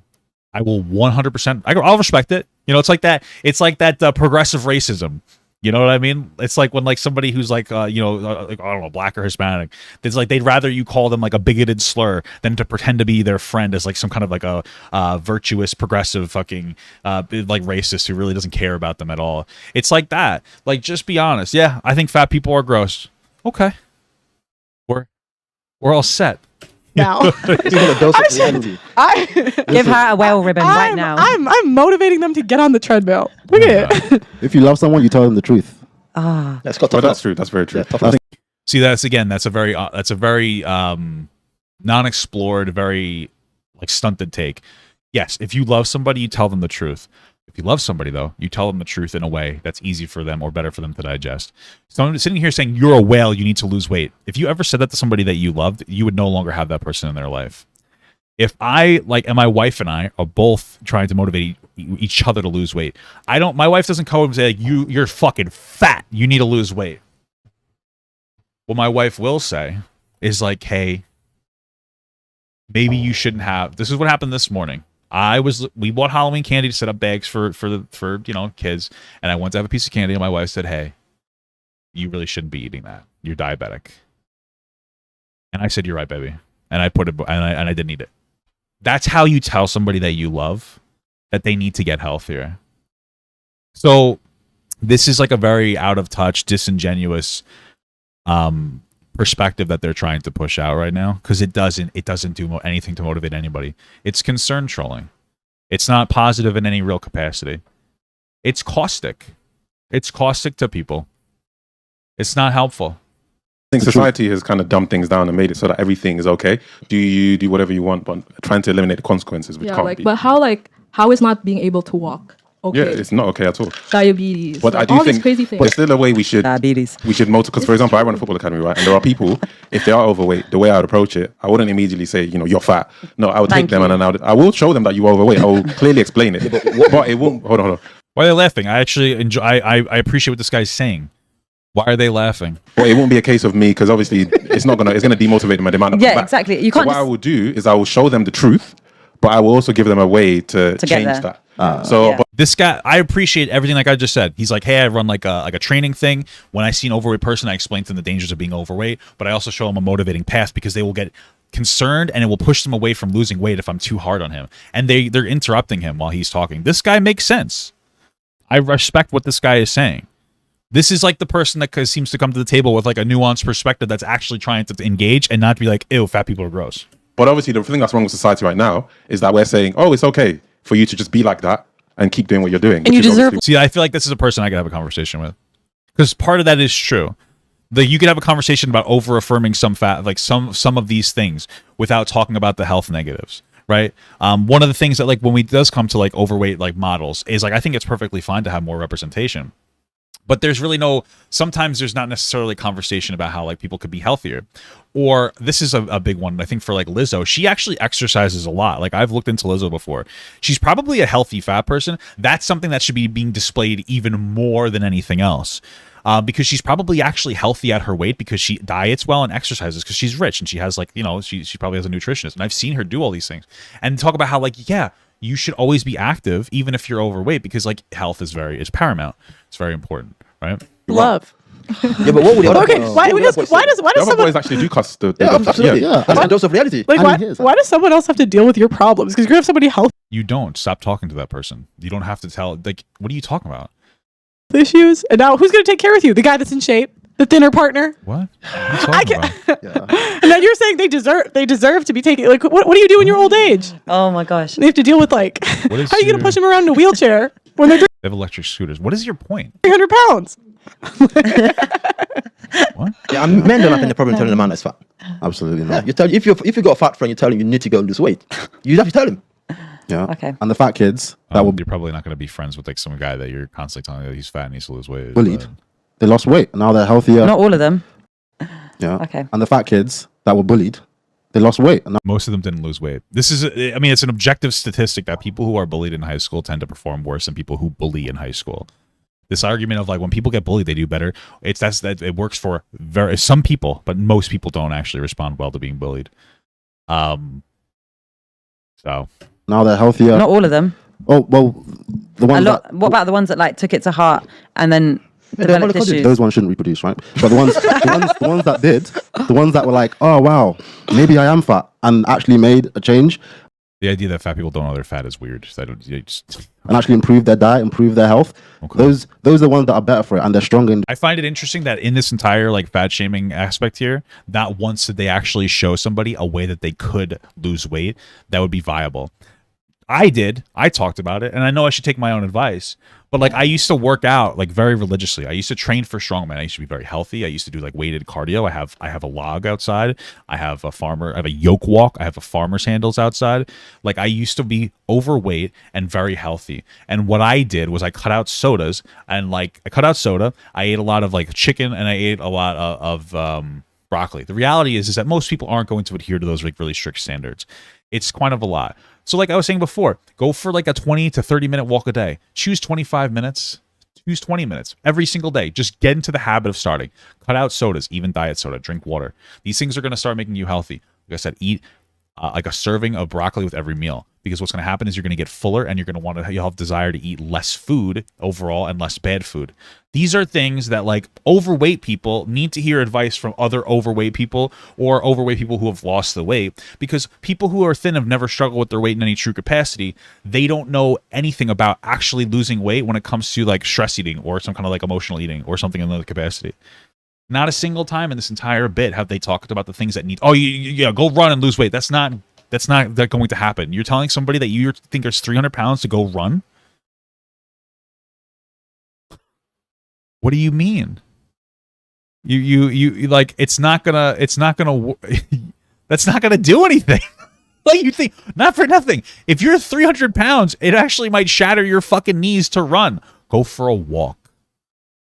And if you can't do 20 minutes, then do the most that you can. If you're really overweight and you're like, I can only walk for 10 minutes, walk for 10 minutes every single day for 2 weeks, and then walk for 12 minutes every single day for 2 weeks. You know what I mean? And then walk for 14 minutes every single day for 2 weeks. And if that's too much, go back down to 10 minutes every single day for 2 weeks. Start drinking more water, right? Like, you make the steps that you need to only put the amount of stress onto your body that your body can overcome. That's the thing that people don't understand. Stress is a really positive thing in your life, but only enough stress for you to overcome. You can't, like, no, if you're really fat, you're not gonna be able to run a marathon, right? That's not gonna be productive. When I first started going to the gym, I had a friend who worked out, and he had me overtrain, the point where my triceps and my chest locked up for like a whole day. I couldn't actually go to work. I'd call out. I stopped working out for like a year after that. I started getting back in. I looked into Wendler 531. You should go look into it if you're interested in like weight training. That was incredible. I was doing that. 5x5 strong lifts. These are the things that you want to like get into the gym with. You want to only put as much stress onto your body as your body can overcome. That's a big thing. Why the fuck isn't it playing? Individuals mentally. But my theory is, I don't think women actually want that to happen. I think that they kind of subconsciously want to destroy people and each other. So I think they would rather tell each other that they all look good, because I don't think you really want the best for each other. I don't think like women sitting with their fat friend telling her that, oh yeah, someone's really going to love you for you and like you deserve this and that, instead of telling her what she needs to know. Because I know a lot of women like this and they can lie all day. Do you know what? But so you think that women just want other women to put them down? What? I mean, maybe some of them, but like, what if your friend just doesn't want them to berate them about their weight all the time? What if they're the friends with that person and they don't want to make them upset? You know what I mean? It's not everybody's job to police everybody else. I feel, and this is the point that I've been like, this is what I've been saying to myself in my head. I feel like there seems to be like a lot of like toxic behavioral traits that are involved in these situations that like you're playing out. And this is where I said like I grew up different. I love my friends. We all look completely different. Mm-hmm. There are people that are bigger. There are people that are slimmer. Insult, guilt, and need to be right. You're shaming him. What do you mean? Did you have a fat friend? Toxic traits. But I'm not. I'm just saying that you don't need to. You called him to like what this toxic, and so I'm saying like this is like the. No, I'm saying the scenarios that he's coming up with, as in saying that like, oh, I was fat and I was bullied. Like that's a toxic scenario. Yes, it is. That is objectively true. That woman is 100% correct. Yeah, unfortunate. It's unfortunate that like there's like, I don't know. I try to look at things a little bit more clinically sometimes because, again, my wife, what she does for a living. Some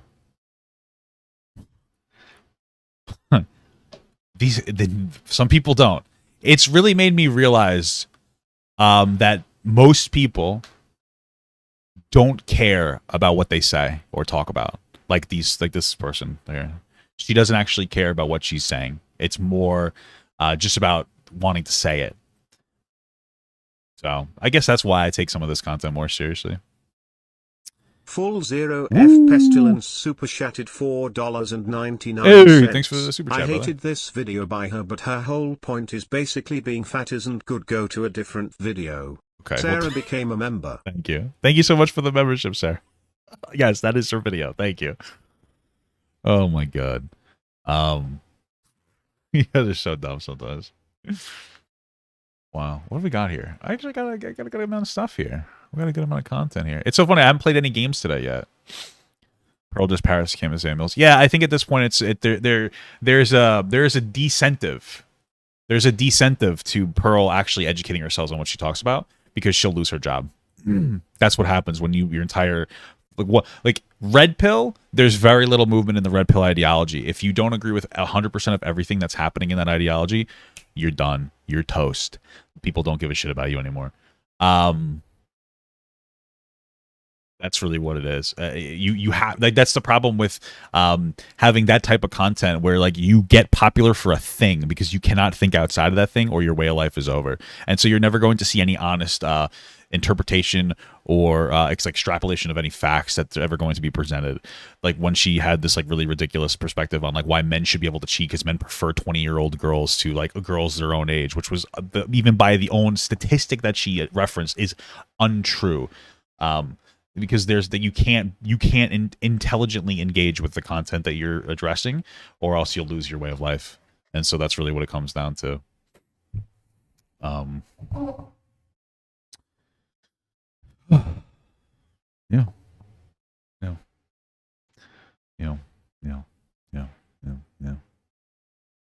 Yeah, red pill is very like online. It's terminally online behavior.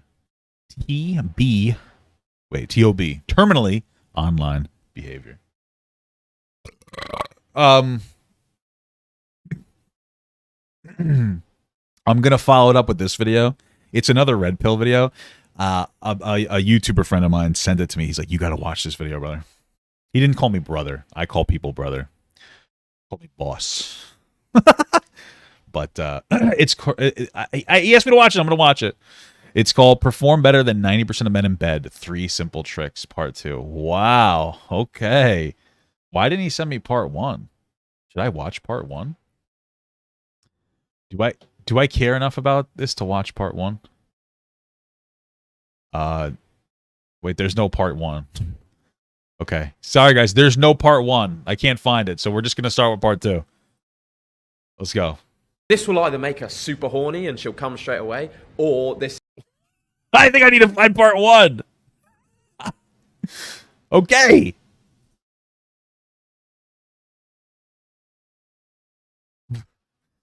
Why? How come these simple tricks require 3 parts?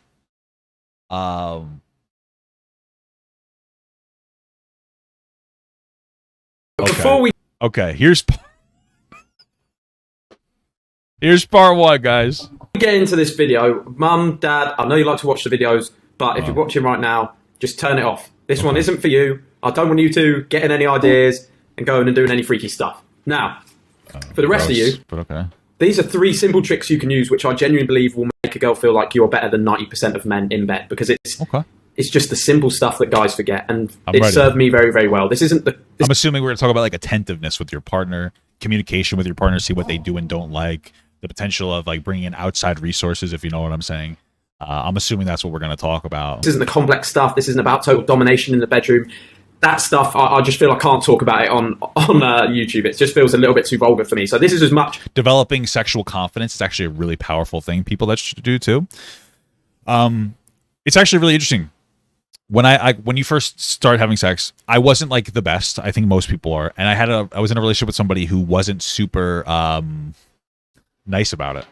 So I actually went through a phase where like I couldn't really, perform at all for such a long time. And what got me to perform better, I know this is weird, but I got like a cock ring. I know that sounds silly. And I put it on at once, and I felt like bigger, stronger, powerful. And I was able to perform a lot better And after you develop that confidence, you can really start to engage in a better way. So like developing confidence is actually very, very important. It's something that you really need to do. As I'm willing to explain about. And even this feels kind of difficult. If you wait until the end, boys, if you get to the end of the video, I'm going to tell you the forgotten rule of having sex with a woman. And once you know this, you're fucking a player, basically. You're back in the game. You're just going to perform way better than other guys. So let's start. Let's get into this. Number 1, the Finger Blast 3000.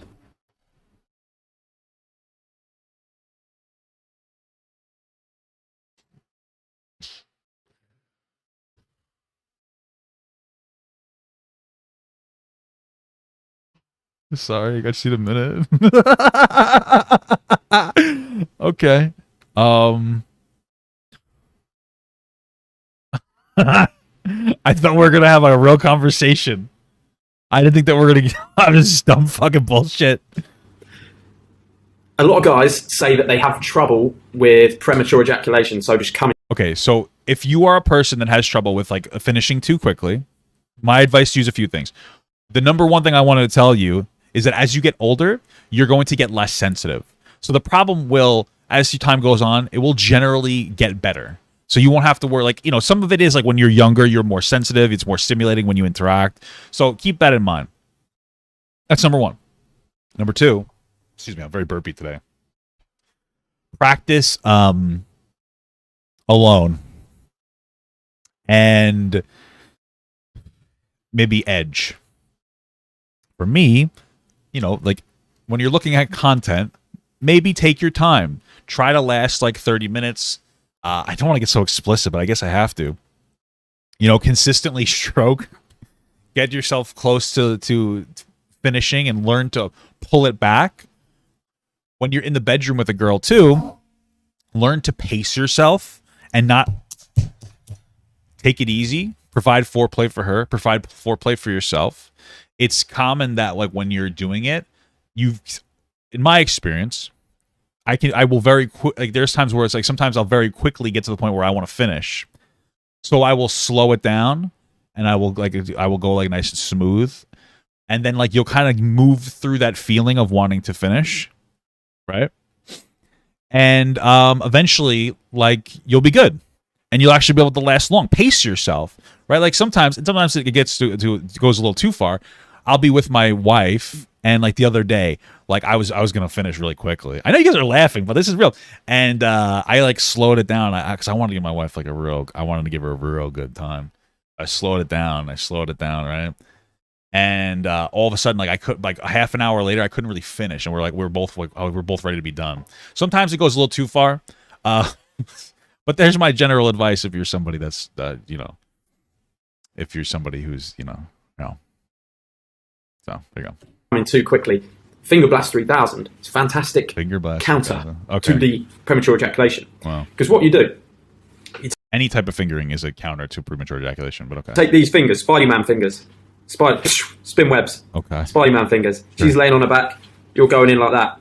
You're stroking the walnut thing at the top. It's called G-spot. Yeah. After you stroked it for a bit, you do this. On it. Okay. Makes her come.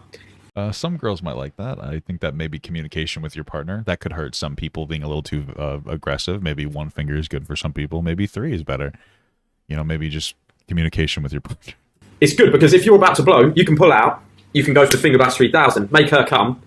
Go again. Okay. About to blow, come out. Make her come. Go again. She'll think you're a fucking hero. But so many guys, like, they feel like they're going to come, and then they just come. It's like, come on, bro. Bit of discipline. Bit of respect. You could have just said, like, you know, pace yourself. Okay. Let the girl have a go first. Because, yeah, sometimes pulling out and maybe you're doing a little more foreplay could be the solution. Okay. It's easy. You can't not understand that. It just goes in like that. You'll feel what I'm talking about when you're in there. The only intermediate part of it is that it can take some arm strength. If it's taking her a while to get off, you'd be like, fucking hell, my hand's going to come off in a minute. So you might need to practice. You need to just Maybe you could just slow down. It won't be so bad. Build some forearm strength, some finger strength. But apart from that, it's fucking easy. You should be able to do that. And just that one tip is going to put you miles ahead of the game. She's actually going to be having a good time. You're actually going to be able to make her come rather than being a fucking 2-pump chump and just blowing in her after 2 seconds. So there you go. Number 1, out the way. Finger Blast 3000. Oh, number 2. let her ride. So you could, okay. Ditch the missionary for a bit, ditch the doggy, just let her ride. This isn't the riding when she's bent over and like you're going in and out. She's sat up on you. So it's fully in and she just sort of grinds and does what she wants. I don't know why this works, but I've just found if there's a girl who I struggle to make come, that seems to be the best way for her to get off. She can also like stimulate herself. You've got a free hand. I guess that's a good advice. I like this one. You can grab her titties. I guess this is decent advice. This one isn't too bad. You can stimulate her at the same time. You can grab her titties. You can grab her throat. It's just good fun. So you can lay there. You can. You could also grab her hips. Let's not rule everything out. Okay, some guys need to understand this, but grabbing a woman's hips, especially in the right way, is very sexy to a lot of women. Very, very sexy to a lot of women. So like, don't forget about the hips. You know. Especially like kind of like sometimes like just kind of this is my experience, using your hand on a woman and like running up and down their figure will be very stimulating for your partner, for mostly like a woman partner. I don't think it's as stimulating for a man, you know. Like I'll give you like a little I'm not good at drawing, but you know, let's say you got kind of like this, she's on top, right? She's I like the thick women, so like they're on top. Sorry if it's like a little you know, boom, you know, she's got your legs on top, and you know, she's got some big boobies. Let's give her some big titties, by the way. A little bit more. I want to make them a little more like a little more, yeah, like a little bit more like enriched. We'll say it, right? So like, I'm not too good at drawing, right? You know. So running your hand like even from the breast down like to the hip area and back up again, that could be very stimulating. So keep that one in mind, okay? All right. Just no energy used, hands behind your head, just having a great time. She can get herself off on you. So it's a nice one, and it's not too intense. The only problem is that like a woman will ride you for like 15 seconds and go, oh, I'm so tired. So just keep that in mind. You know, women are lazy, so you're less likely to come from this. So you can just chill there, having a good time all day. She's I don't know, for me, I'm more likely to come from that. Bang, and then you go back into it. Now, but okay. This is how I would. So you've got those two now. This is how I'd recommend you finish. Doggy plus the magic hand. So doggy plus the magic hand is traditional doggy. Reach one hand round, grab the throat. The other hand goes round in between the legs on the clit. Damn, that's a lot of movement. I don't know if my dick's big enough for me to do that. Maybe it's just I'm too fat. I don't know. Okay, I guess you could do this. So you're pumping, you've got the throat, the hand in here, the magic hand, and she's just going to give her way more stimulation, basically. You have one hand on the clit. This is like an intermediate level trick because you've got to have a bit of balance. It can get difficult at times. If she's been around the block, she's probably seen it, but she might not have seen it if she hasn't been around the block. So hand on the throat, boys. Traditional doggy. This hand reaches round between the legs, stimulates a clit, try and get her to come that way. It's a good way to finish as well. I'm a fan of the doggy particularly. Okay. And then the forgotten rule. Fan of the doggy. Wait, what's the forgotten rule? If you're thinking as well, I'm a fan of the doggy. Wait, what's the forgotten rule? Particularly. Most of this video is just an advocation for some workout. And then the forgotten rule. Why is it important? How will it change? Boys, if you're thinking, Jack, I've got no problem with positions. The problem is I don't look the part. Girls don't get turned on for me. I can't get horny or I have a low libido. You might have low testosterone. I had the same problem. I created a triple your testosterone course, which I've put in the link below. use code GORILLA5 for money off and to a testosterone course. Wow. Can I tell you one thing? I'm going to tell you one thing about this. First of all, shut up with testosterone bullshit. I can't get. I'm going to guarantee you right now. Could be wrong, but I'm going to guarantee you right now. And this is a problem I see with a lot of people who work out. They'll give you a really bullshit training program that and I could be wrong, but it doesn't do a goddamn thing. This is the biggest problem with training programs that I've noticed from people that I've talked to. This is what they'll tell you. Say, hey, bro, here's what you should do for your bench, right? I want you to bench for 4 sets of 12. Then afterwards, I want you to do incline bench for 4 sets of 12. Then you should do decline bench for 4 sets of 12. Then you should do some chest flies for like 4 sets of 12. Or they'll usually say like 8 to 12 for a lot of these, right? They'll say like 8 to 12. Right, then maybe, you know, and then they'll give you next to that, you'll do like your arm day, and they'll give you a typical bro split. This is not a routine. I want you guys to understand this. This is numbers. This isn't a fucking routine. And it really infuriates me. There's a lot of considerations to make. If you're new to lifting, 5x5 strong lifts, go read the books, learn how to perform, learn how to execute technique better. Mark Ripto's like 5x5 is incredible. Starting strength, go look into that. because you need to learn how to properly execute movements before you can actually start to push weight on particular movements. If you are going to, and you should do compound movements, they're really good, they're really healthy for your body, and they actually contribute a lot to like physical like healthiness and your ability to like posture, etc. If you're going to perform these movements, you need to learn to perform them first without getting hurt. The bench is surprisingly more technical than you would think it is. There's your squat, you have your rows, you have your overhead press. These things are more technical than you expect them to be. You might, so you're going to want to do that first. You have to learn that first. You should probably go on a routine that's going to have you go to the gym more often or work out all your muscle groups more often with less intensity while you develop the technique and develop a little bit of strength and size. After that, once you get to like an intermediate program, this isn't a program. What is this for? So, bench 4 sets of 12. What's the weight that you should do? You feel it out. You should never be feeling it out unless you are in like the expert level of bodybuilding specifically. Only bodybuilders will benefit from like feeling it out, and you really have to have very good mind-muscle connection in order to do that properly. For the most part, you need a routine that has progressive overload, and it has the ability for you to take like regulated breaks. That's where like routines need to have safe progression. Every single one of them, even bodybuilding routines in like the beginning and intermediate level. So you wouldn't say 4 sets of 8 to 12. What you would do for a bodybuilding routine, you'd be like, okay, well, when you come in, maybe you do like you start with like 100 pounds for 4 sets of 8 to 12, and then if you can't get 8, then you would leave it, something like that. There has to be some kind of progressive overload. There has to be some kind of like back off work. It needs to be a little bit more intelligent than just like letters and numbers. This doesn't mean anything to anybody. You're not going to be able to get progression. You need to slowly track. You need to slowly increase your weight that you're doing, or else you're not going to see results. If you can bench 100 pounds, somebody who can bench 150 pounds for 4 sets of 8 is going to be stronger and bigger than somebody who can bench 100 pounds for 4 sets of 8. So you obviously want to increase the weight that you're doing. You might want to perform your bench a little differently. You might want to take it down to your nipple level rather than to under your breast. Under your breast is more of like a powerlifting style bench. But either way, if you want to perform more powerlifting style bench, it'll still contribute to chest strength, but you're probably going to get a little more triceps out of it, right? So these are all the things that a lot of these people do that they don't know what the fuck they're talking about, and they just tell young impressionable people that they should like work out, but they don't give you a fucking routine. And I could be wrong about this. Maybe he has a really good in-depth training program, but $100 for it, go. This is what you want to do. Here's a good resource. Starting Strength. This is a fantastic resource if you want to like learn how the workout. Wendler 531. This is another fantastic intermediate, but you can do it at beginner. You're just going to start lower. Buy the book. It's $10 ebook. Really buy the book. This is a really good one. Mad Cows. 5x5. That's moving on from like a traditional 5x5. These are the things that you should work on. Yes, even if you want to bodybuild. Just letting you guys know. Like, I feel like a lot of the information and the resources out there about how you should get bigger and stronger are from people who don't know how the fuck to train other people. A lot of them usually will just take a lot of fucking, like, they'll take PEDs before they're even ready to take PEDs. They don't do it safely. They don't do it effectively. They end up dying young. They don't know how to fucking train people. So, sorry. Just wanted to, I know I went on a little bit of a rant. We're going to watch part 2, but that's just something to keep into consideration, okay? This is gonna make her be like, "Ugh, get off me!" So okay, let's do this will either make her super horny and she'll come straight away, or this is gonna make her be like, "Ugh, get off me!" So X-rated pro tip. It's a risky one, but I'll tell you anyway. As always, if you're watching this and you're my mother, my father, or any member of my... I wonder if that last video... Before we get... After the bullshit sell. Oh, he actually had more after the bullshit sell. I didn't know that... I thought it was the end of the video and it was just a big credit roll.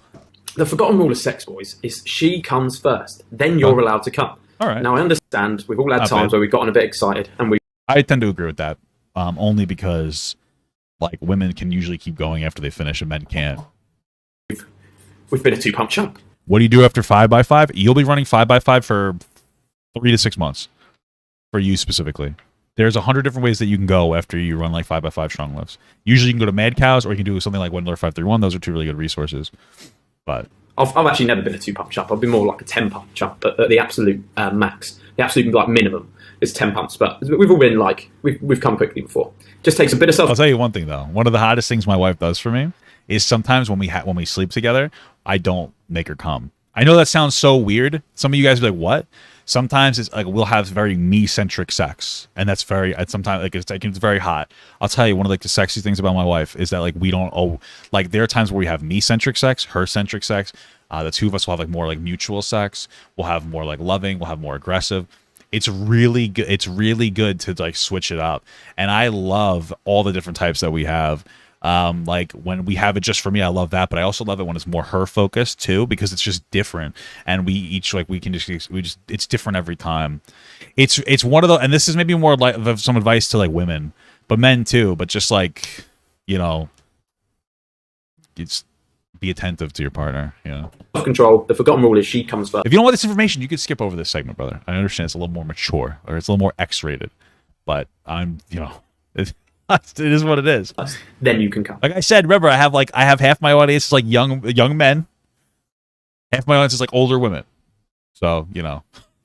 How do you know if she's come or not? Well, it's a clash of the two contents here. Usually they'll be shaking and screaming all types of crazy things and scratching you and stuff. It's a pretty good way to tell. If you can't tell if she's come, she hasn't come. All right, so that's a good one to keep in your head. If you're thinking, oh, did she come or not? She hasn't come. If she's come, you'll fucking know about it because you have to tell her to be quiet because she's gonna wake your mum up. Because most of you are probably doing it at home with your parents in, and she's going, shut up. Yep, my mom watches me have sex with my wife. Wait, my mum. Ah! But yeah. Boys, that's the forgotten rule. Remember it, and you'll be better than 90% of men in bed just by using those 3 tips. Very, very simple. No need to overcomplicate it. There's some wisdom from your local gorilla for the day. I hope you've enjoyed it. Mum and Dad, if you make it to the end of this video, I'm pissed off. All right, I told you not to watch it. See you on the next. I don't think that they watched this, but that video wasn't that bad. I mean, it was like a little silly, but okay. Let's see what the second one is.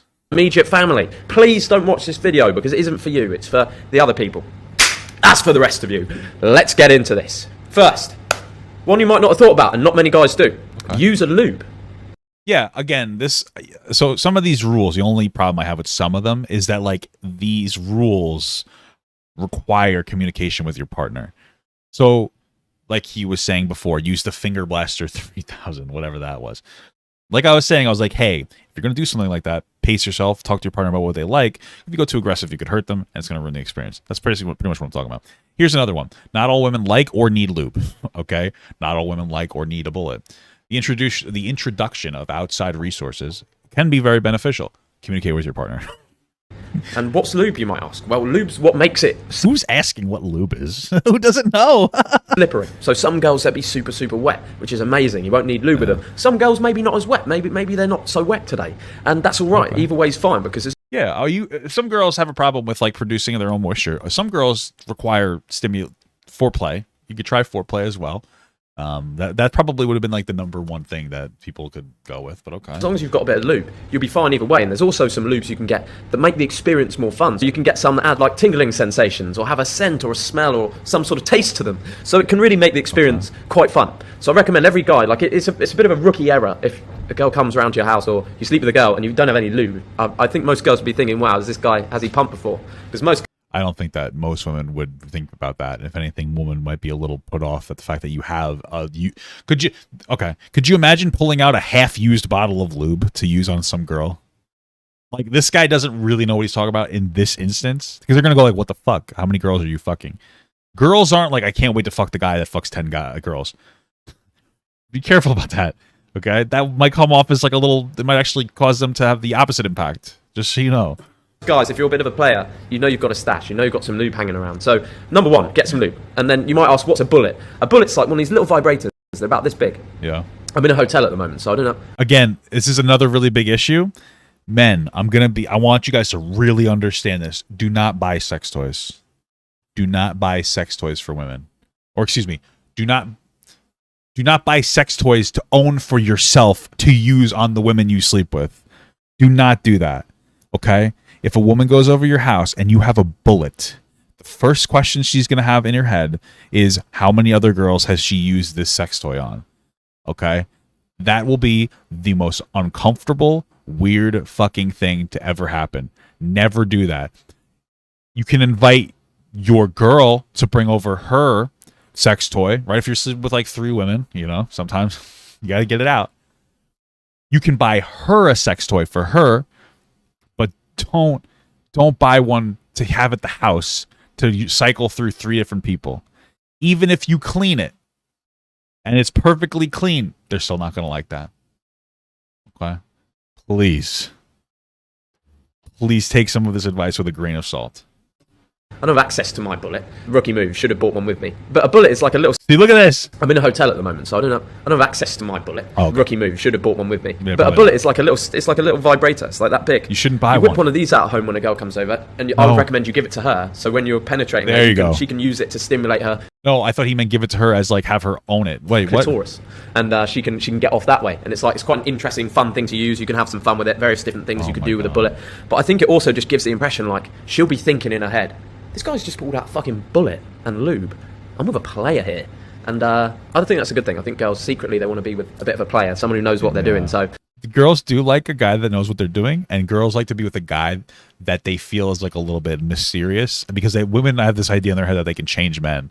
And sometimes you're right. Actually, my wife changed me, but don't pull out a fucking lube or a bullet, okay, on your first shot. It's weird.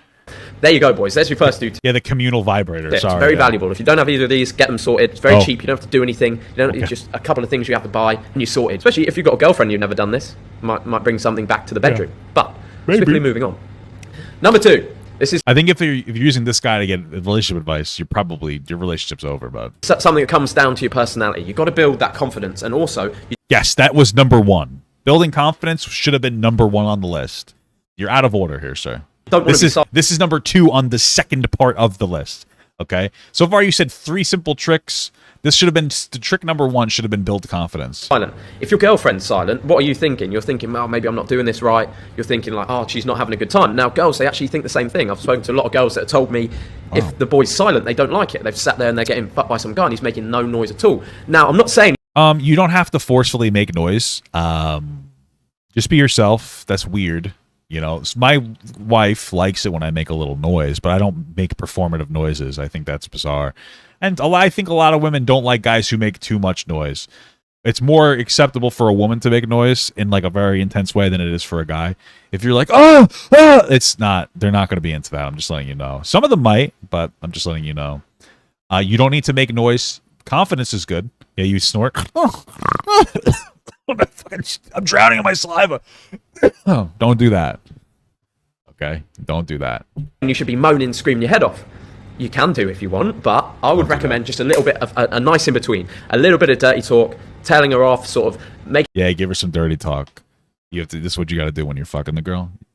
You have to say, whose pussy is this? And then you say, you have to tell them to say, this is daddy's pussy, and you fucking smack their tits around a little bit. That's what you need to do. All right, get a little raunchy with them, okay? Making some noises, telling her how wet her pussy is, that sort of stuff. Yo, your pussy's so wet and tight, you're absolutely fantastic. Stuff like that. It's going to get you a long way. But you don't want to be silent. You go wooga, yeah, just like from a cartoon. Boys, and the key to confidence, I find, is you've got to be happy with your clothes off. So if you're not in great shape, boys, get in great shape. If you want to get in shape with me, I've done a triple your testosterone course, so you can get all that fucking testosterone. It's not going to work. Coursing through your veins and then get in great shape. There's like 4 programs included with the course. So if you boys want to do that and join the tribe and the community, it's all in the link in the comments and in the description. Little side note to that. When I boosted my testosterone, I had a very weird side effect that was women wanted to smell me more, even my body odor. They were attracted to my body odor, like the increased testosterone was releasing some sort of pheromones, and the women I was sleeping with at the time wanted to smell my armpits directly, and it was. That's possible. I mean, my wife likes to smell my armpits, so what he's saying may be a little true. So, but the best way to increase your testosterone is just working out. You, especially if you're young, in general, you shouldn't go on performance-enhancing drugs. You don't need to take an oral supplement to increase your testosterone. It's probably not a good thing. You're really probably not a good thing to do that. It might have like negative impacts on like your body, like your kidneys specifically. Really be careful about taking some kind of like oral anything. Working out increases your testosterone. I'm just letting you know naturally. It is a natural producer of increased testosterone. That's a really good way to go. If you have such low testosterone that like it's having a negative impact on you, you're getting like, bitch tits or whatever, go to a doctor, try to get supplemental testosterone, which means you're going to have to get like a needle and you're going to have to like inject it into your skin, which is not as bad as it sounds. You get very used to it very quickly, so don't freak out about that.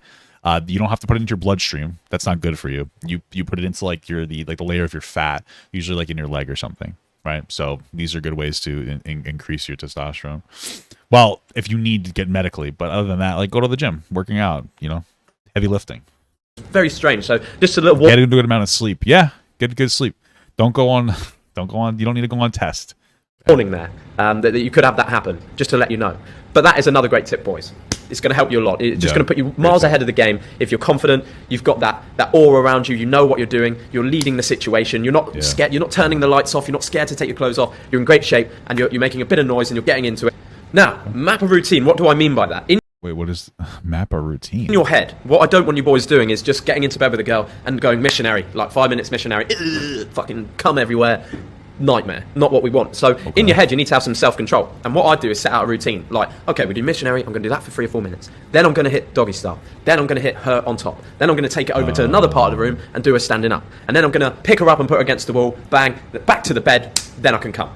That way, you're adding in some story. You're adding in some excitement. You're making sure it isn't just fucking getting on. I mean, I guess you could do that.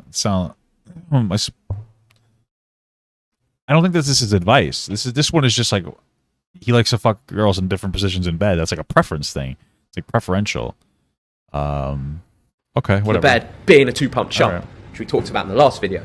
So have a routine. That's what I mean by map out a routine in your head. I don't mean like have a routine for when you have sex. I mean in your head, think about a certain amount of moves you're going to do before you come. 100 strokes. Then we're going to move on to doggy style. 37 strokes. That's a kill position for me. Can't give it too much. Because that's going to allow you to actually last longer, and you know you can't finish until you've completed that. It's going to make it a lot more interesting. It's going to have her raving to her friends. Sometimes, as I've said here, boring sex is okay. Every now and again, you just got to go. That's true. But sometimes boring sex is okay. I agree with that. Sometimes like it doesn't have to be that big of an event, but you want to find somebody that even when you have like boring sex, it's still really fun sex. Like even like because like there's times where I've been with women before where like when we have good sex, it's like, oh, this is good. I feel good. But when we have bad sex, it's like, oh my God, I'm like bored. I'm like actually bored. You know, with my wife, even the more boring sex isn't boring. You know what I mean? It's just not like, you know, as intense, I guess. Every now and again, you want to get in the game. Punch her? Now, change location. It's another huge one. This is a panty wetter, boys. I mean, girls, they might not tell you, but they want to be fucked in different locations. So. Yep. Okay. Like what way? Like could take her out in the car if you've got window tints. Oh, some girls like that, sure. Some girls don't like that. In the back seat, go into the forest and do it. I'm gonna let you guys in on something. Okay. Different locations. So could take her out in the car if you've got window tints. Do it in the back seat. Okay, hold on. I need you guys to understand that this is gonna be probably the most important part of the video, like what my commentary is on, and that is that you need to talk to your partner about this, because there are a lot of instances where a guy will say, let's fuck here, and the girl will do it because she likes you, but she won't be comfortable. Generally speaking, there's a power dynamic that favors men. It doesn't mean that you're having abusive sex because you have sex with a girl where she doesn't necessarily want it, because just because she may not want to do it in the car doesn't mean she doesn't consent to doing it in the car, right? But a lot of girls, and you'll find this out later, aren't a huge fan of it. I used to sleep with my wife in the car a lot when we were first dating. Later on, she's like, yeah, didn't really like doing it too much. Oh, okay. It's like it was uncomfortable. It made me wonder, like, who else you slept with in your car. You know, and hey, listen, she might love to do it in the car. Communication. You know, have communication with your partner, because some women might love it in the forest. Some women might not love it in the forest. You know, make sure you don't put a girl in a space where she's going to be like, all right, well, I'll do this with this guy because he seems to like it. And then she'll be like, yeah, I like this. And she'll pretend to like love it. And you're not assaulting her just because she consents to something that she doesn't necessarily want to do. That's another thing that we have to like get out of our heads. Like there's times where like, you know, a girl might not want to like, she might be like, oh, I don't want to suck his dick, but she'll suck your dick consensually, but she's like not, no mood for it. Doesn't mean it's not consensual as long as you're not forcing her to do it. But it's good to have communication with people. It's good to have communication with people. Okay, yeah, in her parents' bed while they're sleeping. That makes girls horny as fuck. Bro, play the video. Go into the forest and do it. Go into toilets at restaurants, the disabled toilet, and do it. The disabled toilet. Okay. I guess because he's going to put her in the hospital with that dick. I'm pretty sure that's what the disabled toilet's for. Yeah, do it at the cinema in the toilet. Try not to get caught. Girls love this kind of excitement. Some take of them the risks, boys, and change location. Now, this tip, I shouldn't even really be... Or you could change location by bringing her on vacation, too. Giving on the internet. I'm a little bit uncomfortable about giving this tip. This will either make her super horny and she'll come straight away. Okay, you better not. Wait, is this the... Okay.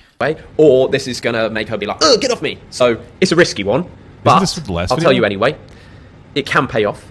Every time I've used it, just to let you know, every time I've used it, it's paid you off. gonna run an ad It's or always what are you paid off doing? because I think secretly most girls want this, but you've got to be sort of having sex and it be very horny so far. You can't just be doing this at the start. But it would be this tip is the finger in the ass or the thumb in the ass. So thumb in the ass when you're doing doggy, Yeah, you might want to ask her about that as well. finger in the ass when she's riding on top. This every time I've done it, it makes girls come. Like they start going fucking wild for it. They think it's naughty. It's a bit dirty, obviously, and they. I'm a little surprised that there's been no mention of eating a girl's pussy in this. Like, there's been zero mention of eating a girl out. I waited for the end of both videos to like bring this up, but not a single time did he mention like eat a girl's pussy. Like, I was like, oh, he's got to mention it. He's got to mention it. He could have mentioned it before. He could have been like, hey, pace yourself and like maybe pull out and go back into foreplay. But he didn't even mention like doing foreplay, right? Am I wrong? You didn't even mention doing foreplay. And he's just like, yeah, finger blaster. But you want to know why he probably didn't mention it? Because he's engaging in casual sex. And this is rule number 1. You only eat your own girl's pussy. Number 1, you never eat some fucking hoe who will sleep with you on the first date's pussy. Like, you don't do that shit. All right? You don't deserve it. You don't deserve that shit. Listen, I don't eat girls out that, well, when I was fucking around, I never would eat a girl out that I wasn't like dating. So maybe he eats ass. Yeah, that's who I don't eat a girl's ass unless I'm like dating them. So Love it. But if you do it to the wrong girl, maybe she isn't going to be comfortable with that. So just make sure she's comfortable with everything. Same with all of these tips. Make sure everything's consensual and make sure everybody's having a good time. But there you go, boys. That's my tips. Use them at your own risk. But I hope to make each and every one of you slightly better in bed. If you want to join the course? Okay. Listen, this series of videos wasn't that bad. It really wasn't as bad as I thought that it was going to be. It could have been a little better. There could have been a little bit more communication conversation, but it really wasn't that bad. It was just kind of silly. So, that I'm gonna have to try that finger blaster 5000. He forgot the last tip. Just buy a gun, load it, and fuck her with it. It'll make her really scared, which will really turn her on.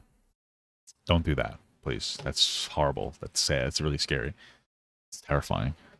Okay. That's terrifying.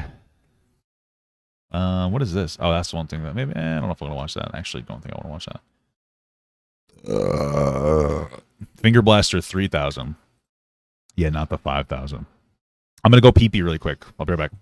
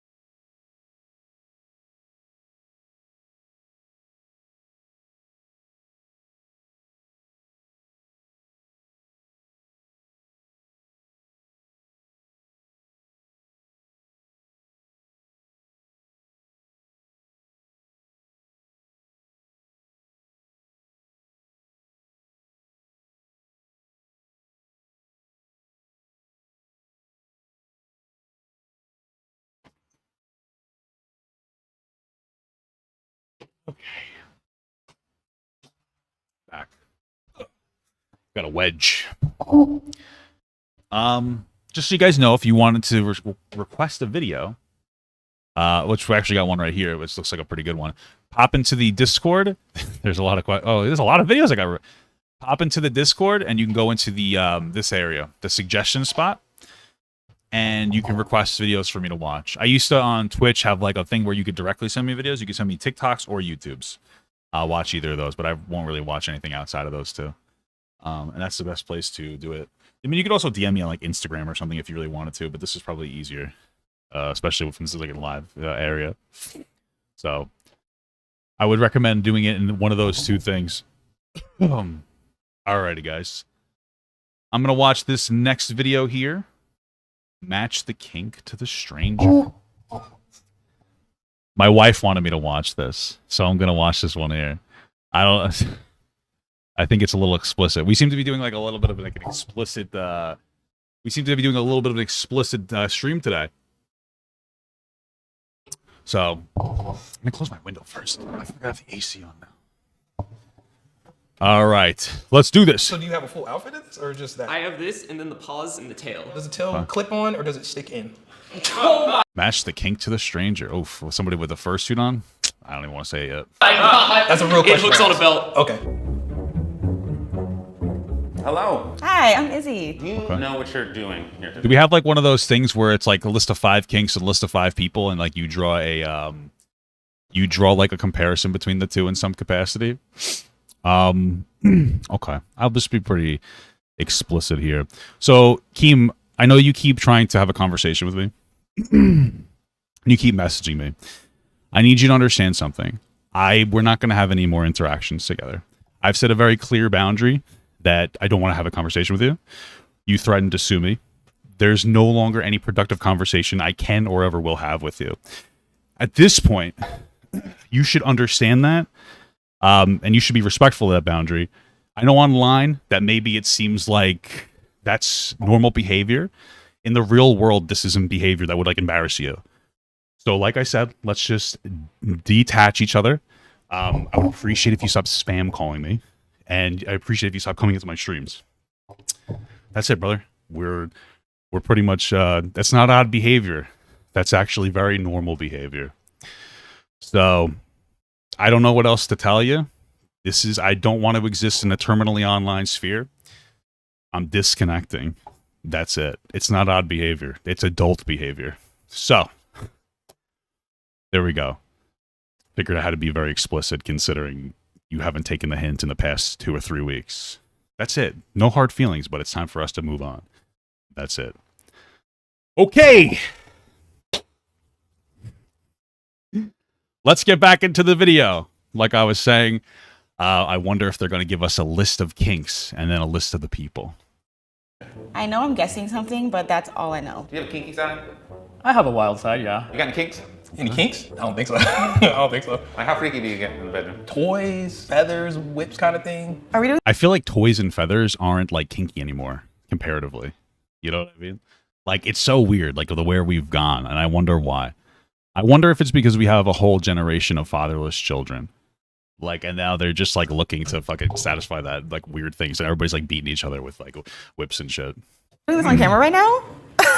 First of all, buy me dinner first, dear God. I was asked to try this blood play once. Vampires are sexy, and I'm super into that. Sure, Okay, but that's it's definitely a bit much.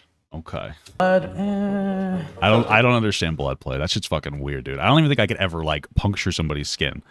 That'd be way too much for me. Today, you're going to match kink person. Where? Am I gonna have a list of kinks? You are. These are the kinks that you're going to be matching to individuals today. Okay. There we go. Okay. So we got we're actually going to have a list of different things. Hold on. I got to write these down. You got to give me 2 seconds. You got to give me like a minute to write this down. I got to write this down because I want to match them to the people. Making out. That's not a kink. Asphyxiation. H-Y-X-I-18. Electric play. Okay. Pregnancy. What? Knife play. And pet play. Okay. Well, I wonder if the furry is the one who wants to do pet play. Okay. Really interesting. All right. This is bizarre. Making out is, how is that a kink? I don't understand. Pregnancy, I don't get that one. Like, I understand breeding, like the concept of like sleeping with somebody to like reproduce, even if you don't. I get that kink, but I don't. But pregnancy, okay. Making out is confusing. That's a kink. I like to make. All right, what do we got here? Okay, so we got. You're going to be matching to individuals today.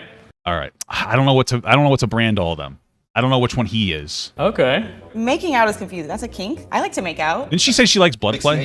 You know what it means? No. It's like breath play. I think that's kind of hot. Electric play. That sounds like it could be a good time. Pregnancy. I don't know who would pick this. Pregnancy. That's where you lose me. Do your thing. As long as there's consent, right? Knife play seems like wild as shit. I don't know. Be scared to do any of that. Pet play. Can you explain what this is? It involves being a pet. Role playing an outfit. Like a furry. Yeah. Interesting. Immediately, the first thing that came into my mind is like having sex and then like your pet's in the room. And your pet might get involved? That's Okay, disgusting. when everybody's ready, head on out there. Not quite that bad, but it's not. It's weird. I'm trying to put 2 and 2 together. How you guys doing? Okay, 1, 2, 3, 4, 5. So there's 7 of them, but there's only 1, 2, 3, 4. Oh, okay, so he's the one guessing. Oh, they're all gonna guess which one of these guys does what. Okay, all right. All right, so this is where we're going to have to make our predictions. So for this guy, I think this is the furry. So we already got the Skinny Pete. We're going to call him Skinny Pete. He's the pet play guy. Damn. I think the big girl likes, I think that she likes the asphyxiation. Who's the knife play weirdo? Who do you think is the knife play? What's the only other making out? I'm gonna guess it's this fucking black girl. Only because I feel like she doesn't look like she's super into like a bunch of different things. So now we have pregnancy, knife, and electric play. I don't know. Pregnancy? Rochelle Sweet Super Hey, Chatted thanks for the sub. $2. Love you, Father Tummy. Thank you for the content. Heart. Appreciate that.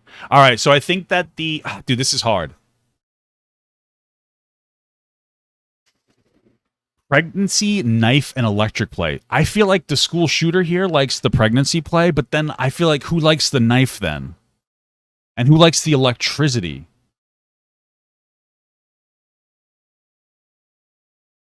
All right, I got it. All right, the school shooter. He likes the knife play. He likes the pregnancy. This guy, we're gonna just call him interesting. He likes the electric play, and then we're gonna say this bisexual guy. He likes the or she, this person, they like the knife play. All right, those are my predictions. Those are my predictions.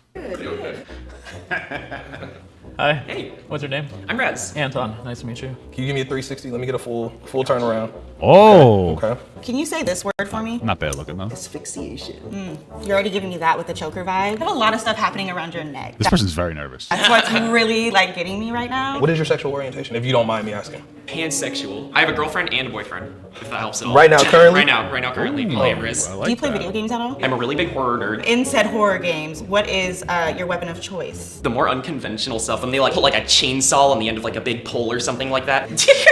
How long have you had your kink? About 3 to 4 years. Is there like movies or books that you read that inspired you for this? Honestly, it was more hearing about experiences that like internet friends have had. This is really hard.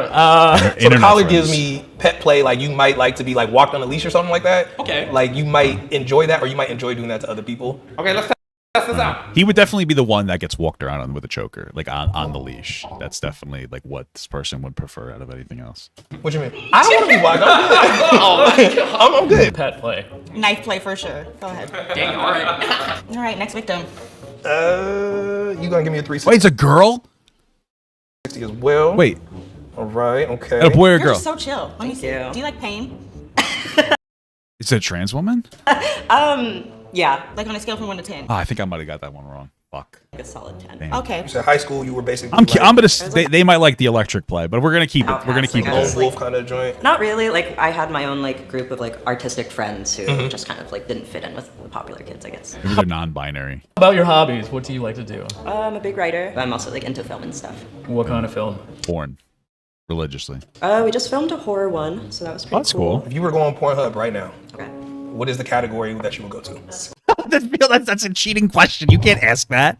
Squirting videos. What? Right now. Okay. What is the category that you would go to? Squirting videos. That's not bad. Yeah, I feel that. Well, here's the thing: when you ask that type of a question, is that like most people with like it comes to a kink, at least in my experience, like I don't get to like my kinks until like I'm like really horny, you know what I mean?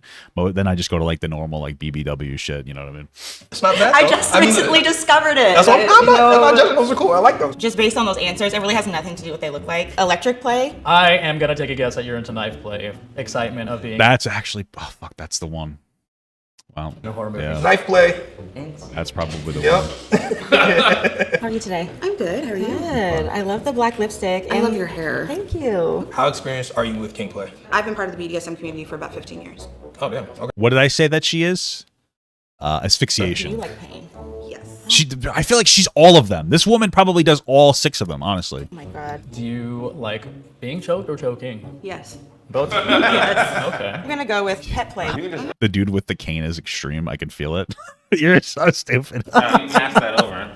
Yeah. The 3 earrings are a vibe. No, they are. Yeah, you're definitely pet play. You hear that? I'm giving you electric play. You look like you might like low key be dominant, and you might want to be in control. Dude, that's fat phobic. Do you want to know why this is fat phobic? Pet play. You hear that? I'm giving you electric play. You look like. I'm gonna explain to you why this is fat phobic.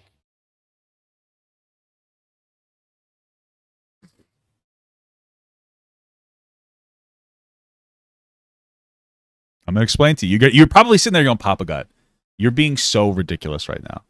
There's no way that you could communicate to me in one picture that this is fat phobic. But I can. Are you ready? It's fat phobic, dude. That's why he picked electric play. It's terrible. I could see it 1,000 miles away, dude. It's terrible. It's terrible. You might like low key be dominant, and you might want to be in control of the possibility of torturing somebody. Okay. Nice to meet you. Nice to meet you too. Next. Izzy, what do you have left? I have making out, asphyxiation, and pregnancy, and it's about to get really weird really quick. The pregnancy one's freaking me out, man. I can't explain. I showed it on the screen. You got to look at the screen. It was Ursula with her eels. I mean, I do have one more on my list that I'm trying to knock out. The pregnancy kink. What is your sexuality? Gayer than New York. Okay. All right. Yeah. Okay. What do you want, my neck? I like all it. right. Change him to gay dude. Does your kink get in the way of finding a partner? Not romantically. It gets in the way sometimes sexually. Does it come up all the time, or do you have to like tell them first before you like get freaky with them? Like it's kind of a must for me. If this doesn't happen, then I'm like I can't. Oh wow, okay. Yeah. You know what you really want. Yeah. We're gonna go with electric play. Cool. What would you rate yourself as a kisser, like on a scale of 1 to 10? Have you ever pooped after you did electric play? 9 or 10. That's actually like hella high. What do you rate yourself? I'm a 10. I know I'm a 10. Yeah. Where do you meet people that you like to do kinky things with? Grindr. Okay. Tinder. Yep. Okay. I'm gonna go with making out for you because you're not meeting like pregnant women on Grindr as far as I'm concerned. Okay, style. I mean, let's do the thing. Yeah, we can do it. Yep. I'm hoping that he has like a bum leg or something. Because listen, stolen valor. If he doesn't have a hurt leg, he's just using that. Stolen valor, dude, from disabled people. I was gonna assume gay just because of the. Okay. True. Because only gay people like rainbows. No. Well, no, but like you're higher chance of you being gay if you're walking around with fucking rainbow suspenders. I mean, like you look the gayest out of everybody. You look possibly gayer than the gay guy. I mean, and there's nothing wrong with that, but that's the aesthetic you've chosen. Like if I walk around, hold on, if I walk around, look at this. Listen.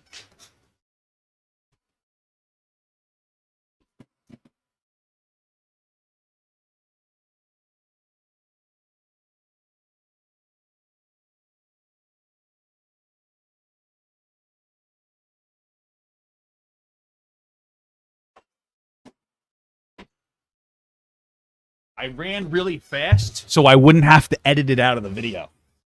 If I walked around like this, what would you assume? I'm probably some kind of like a fucking country bumpkin. Now I'm not. But I can understand why you'd think that. Like the Flash. Yeah. Like they call me the Boulder because I roll really fast. Not bad. Oh, but a lot more gay people are not promoting, but they're. I'm promoting being gay. No, you're not promoting. Oh my god, this guy's gonna be all social justice. He's definitely gay. Yeah, I don't see a lot of straight people like openly wearing rainbows as much. Yeah, I'll say that. All right. Do you like Yeah, pain? of course. I love getting it. Okay. I don't really like receiving it. That is concerning. How is it concerning? How is that concerning? Like if he's like to be more domineering. How was that concerning? You thought something bad happened? No. It did happen. I had to get my favorite hat. My favorite hat. What did I guess he was? Interesting. Electric play, I guess. I don't think that your kink is pregnancy. Okay. I also don't think that her kink is pregnancy. Between what I got left, it means I got something Imagine that girl's fucking raunchy as hell. wrong. We got 2 choices left, and I'm leaning towards making out. It's gonna be making out. You want them to lay on you, and then you Yeah, kind lay of me down and- yeah, and take advantage of you. Exactly. All right. Damn, you're gonna get pregnancy. All I have left is asphyxiation. You have a very nice neck. Do you like pain? Absolutely. Okay. Yeah, she probably does like asphyxiation. Fuck, I got these all wrong. I feel like. Okay, meow. You guys are freaky. Where would you grab me? Can I? Wait, was this actually hers? I thought that this was his. Touch you? Absolutely. Or theirs. I I'll don't know. focus on this. Maybe? Oh, this is her kink for sure. Nah, dude, you can't be choking like that. When you choke somebody, you kind of need to go from the sides more. Like you choke like a little more evenly, but more from the sides, not really straight forward, or you're gonna crush their windpipe. So if you choke people, you should know that. That was hot. Whoa!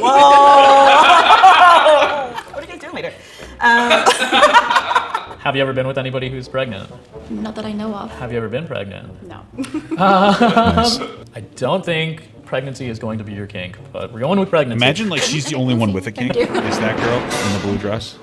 I learned a lot today. With a show of hands, who did Izzy guess correctly? You can look. What'd she guess who? Oh shit. Okay. Wait, what are they? Damn. Well, okay, so I got knife play and pet play. Wait, who's what? Sorry, who's what? All right, so what is he? I guessed Yeah. pet play. Yep. You were right. And I was right. I got him right. That one was easy though, because they kind of told us at the beginning. All right, so we got pet play. Number 1, Skinny Pete. You got the collar situation. You have a bunch of pets on your shirt. I should have really paid attention. So what inspires you to do pet play? Part of it is the headspace. Since I'm into being the pet with someone, like I mostly do it with my girlfriend. When we're in bed, she'll have like a collar and leash on me, and Have you ever worn like a furry suit when you're doing the pet play? I've never worn a fursuit during pet play. Those are expensive. I don't want bodily fluids on that. I do have a fursuit. What the fuck? Suit. Is Do you want to put it on? It's probably stinks. It's a big problem with these furries. They don't clean their suit the right way. You got to put Febreze in it. How are you going to put that in the washing machine? You know, you got to get like steam cleaned religiously. They wear that all day at conventions. It stinks. Sure. All right.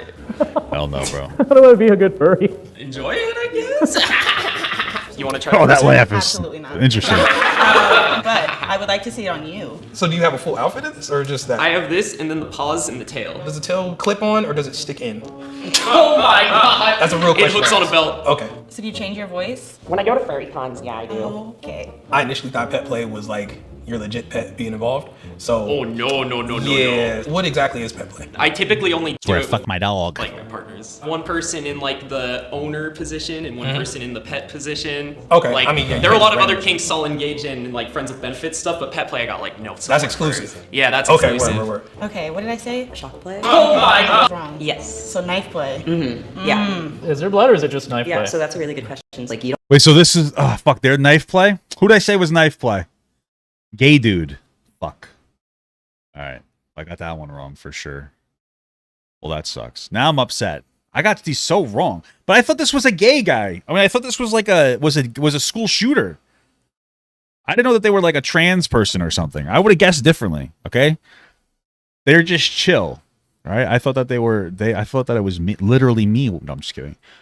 What I said that they were pregnancy. You don't need to like physically cut someone for it to be considered knife play. Like you can just kind of like run it along them or like rip your shirt off with it. This turns you on. Like if someone like came at me with a knife and just like sliced my shirt open. Like a stranger. No, I would never like do edge play with Stranger, just that like would a be hookup or scary. someone that I haven't really known that well. It needs to be someone that I like can Yeah, trust. it's a I don't skill know, just issue someone, for like, my raising ability it to along guess. you. Oh, wait, that's kind of hot. Yeah, so wait a it's, like, minute. How many times have you done this knife play? Once or twice. Kind of like a thing that I'm saving for kind of the right person. So if you like see a knife in a kitchen. Wait, they haven't really done the knife play. They're saving it for the right person. That doesn't sound like a kink to them so much. It sounds like they've done it a couple times and they were all right with it. Somebody's like slicing some veggies. You're like, No. Okay.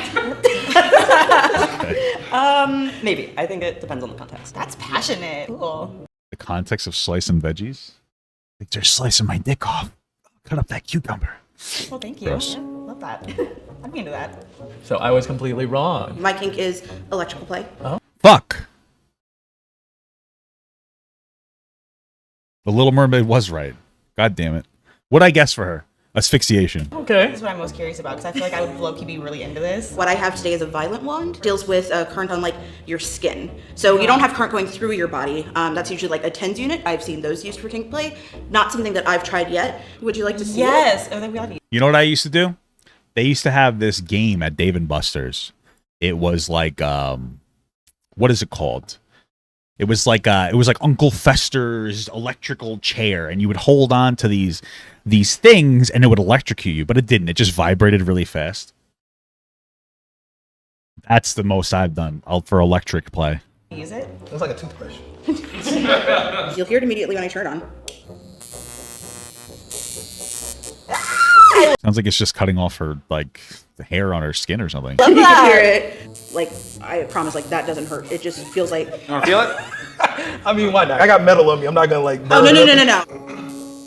Oh, that's not crazy. It's really nice because you can choose the kind of sensation. If you just kind of want to tickle someone with it, you can. It goes higher? Oh, it goes... so- Yeah, sure, totally. Let's go the highest.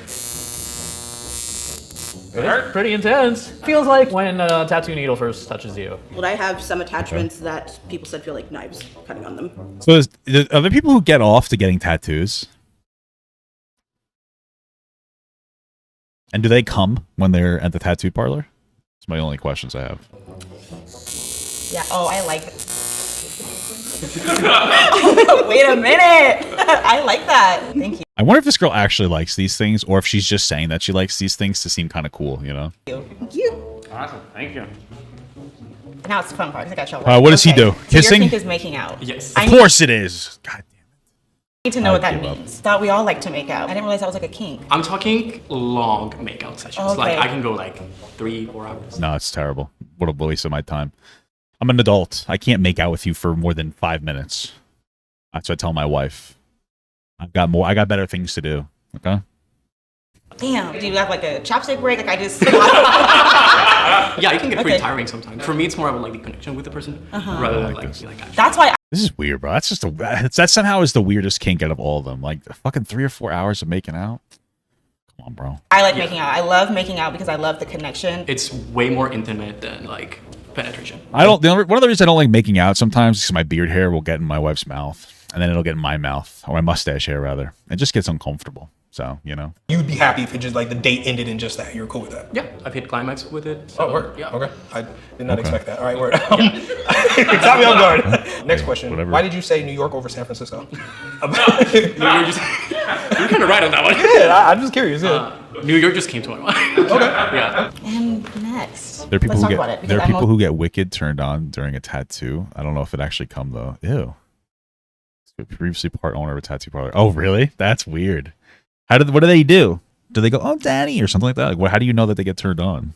I was curious about the pregnancy one. What do you want to know about it? Oh, he's the pregnancy guy. Okay.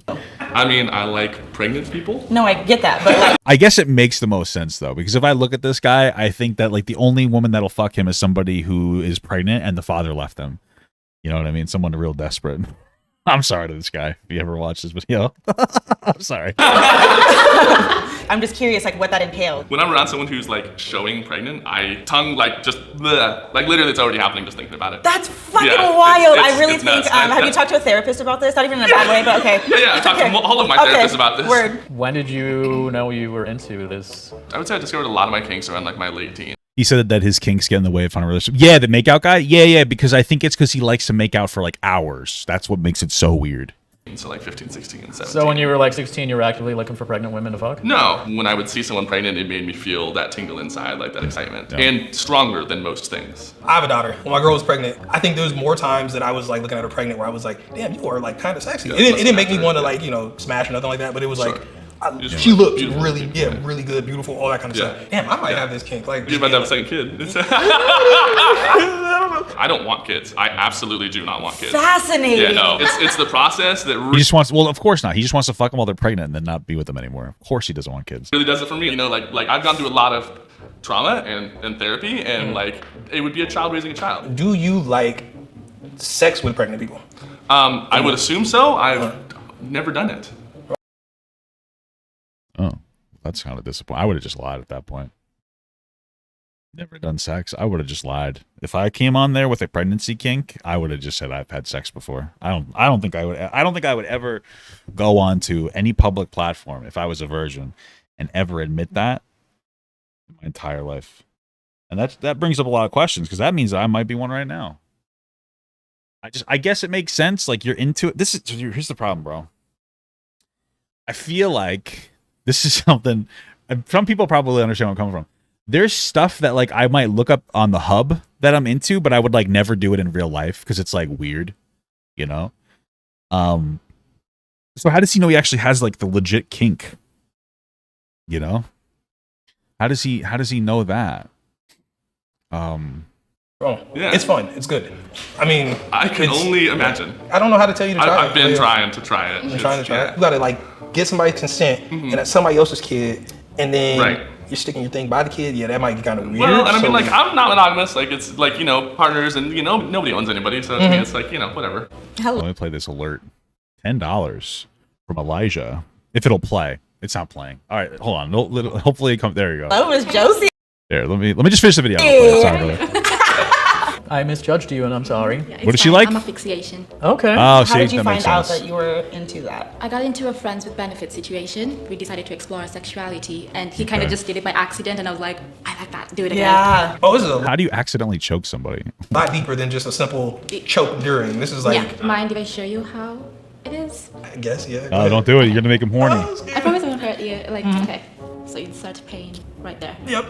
I don't think you're supposed to choke somebody like that. I'm pretty sure I'm pretty sure that's where the windpipe is. I feel like that could like actually kill somebody if you choke them there. Like you're supposed to choke more from the sides. That's my understanding. Maybe I'm wrong, but she's an assassin. I felt like she was about to just be like, wow. How far have you taken it before? She's gonna I rip want his to windpipe feel out. pain. I kind of have like a safe move that I'll tap the person's chest. Okay. But I want to literally grasp for air. Is it a necessary part? Like, do you have to have that to get off? Do you have to have that for it to be good and all that kind of stuff? I prefer to have it every single time, but not. She's scaring me. She Wait, does she like to choke people or get choked? yeah, she speaks really soft, but like how she did that and how she's like the intense eye contact. Like if she wanted to, she could really end my shit. And I'm like, all right, but whatever. Anyway. Do you like choking people too, or do you only like choking Yes, yourself? I like both, but I found that most men don't like receiving it. They just I like it. My wife doesn't like to do it that much. I don't like it like so much that it's like a deal breaker or anything, but I like it sometimes. It helps me not coom too quick. want to give. Why do you think most men don't like receiving it? The pussies. Yeah. What did she say? To give. Why do you think most men don't like receiving it? The pussies. Yeah. Oh, they're pussies. Okay. Agreed. Nothing else like around your neck? Agreed. Just a hand. Yeah, just for now. Nice meeting you. Thank you. That was gonna stick with me for a minute. Damn. That was exciting. I didn't realize how into almost all of them were, except for like 2. My wife recommended that video. What a fucking weirdo. All right. Aligia super chatted $9.99. Oh, thank you so much for the super Hey, chat. Papa. Hello. I only watch live on YouTube. I respect really that. appreciate the content. Thank you. No problem. You're I working appreciate you. hard, man. Make sure you take some time to yourself to relax. I appreciate that. Don't worry. I'm getting enough time to myself. No worries. I think I took a day off, no?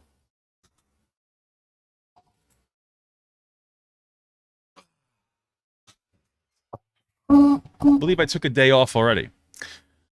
Okay. We have a bunch of stuff here, but I think, and some of you guys see, this is the only thing that's weird about doing a stream on YouTube is that you guys probably aren't up to speed on me doing a review content on every single Christian episode that's ever been made. I think that's something that people don't know, right? Because that is one of the things I've been trying to do is make an episode of Chris. Like I've been trying to review every episode. Ooh, excuse me. Every single episode. So I'm on part 65. They are like 40-minute videos. It's something that I have on my Papa Got Leftovers channel that you can look at. And there's a whole playlist. I think there's actually a playlist under the actual regular Papa Gut channel. Yeah. Wait, if you go home, maybe? Yeah, it's right here. I have the playlist right here, so you can watch this if you want to. I think it's backwards now, though, because it got all fucked up. But you can go grab the... You could probably put it in, like, the correct order or something. It starts all the way down here, though. Not really start down there, but you get my point. Yep, you're excited for Christian time? Hell yeah, brother. Hell yeah. Play a little God of War while we do Christian. You know? Don't worry, it's still fun stuff, even if you're not all caught up. But, hold on, let me just make the audio correct. What made her? Yeah, we're gonna get the audio increase. Wait. This way. Yeah, we're gonna restart the segment. Don't worry, guys. Bealton, Virginia, a couple of hours from. Yeah, that's good. There we go. I can't believe I got through like 3 hours of a stream without playing video games. How crazy is that? How crazy is that? Okay. Oh shit, I gotta. I'll wait for that for the donation to go Gypsy through. super chatted $10 Hey, thanks for the super chat, brother. What keeps us fascinated? Exactly. Let's get this going though, guys. This is part 65 of Christian, A Comprehensive History. Part 65. Well, that's what it's called. Okay, right here by Geno Samuels, 2.1. Last episode, he told us about how his Geno Samuels 2 account got banned. So sad stuff. Let's get it going, dude. Let's get it going. And let's also try to remember what I'm doing here. What made her this way? What is the attraction? What keeps us fascinated? I don't know. This is the story of Christian. Honestly, though, the Christian story is very interesting, but I feel like Geno Samuels keeps me more fascinated, or equally as fascinated. I mean, he does a pretty good job at delivering like everything that he talks about. It's pretty good. Also, he doesn't like. This is one of the things he doesn't give his like opinion on situations. It's actually pretty nice.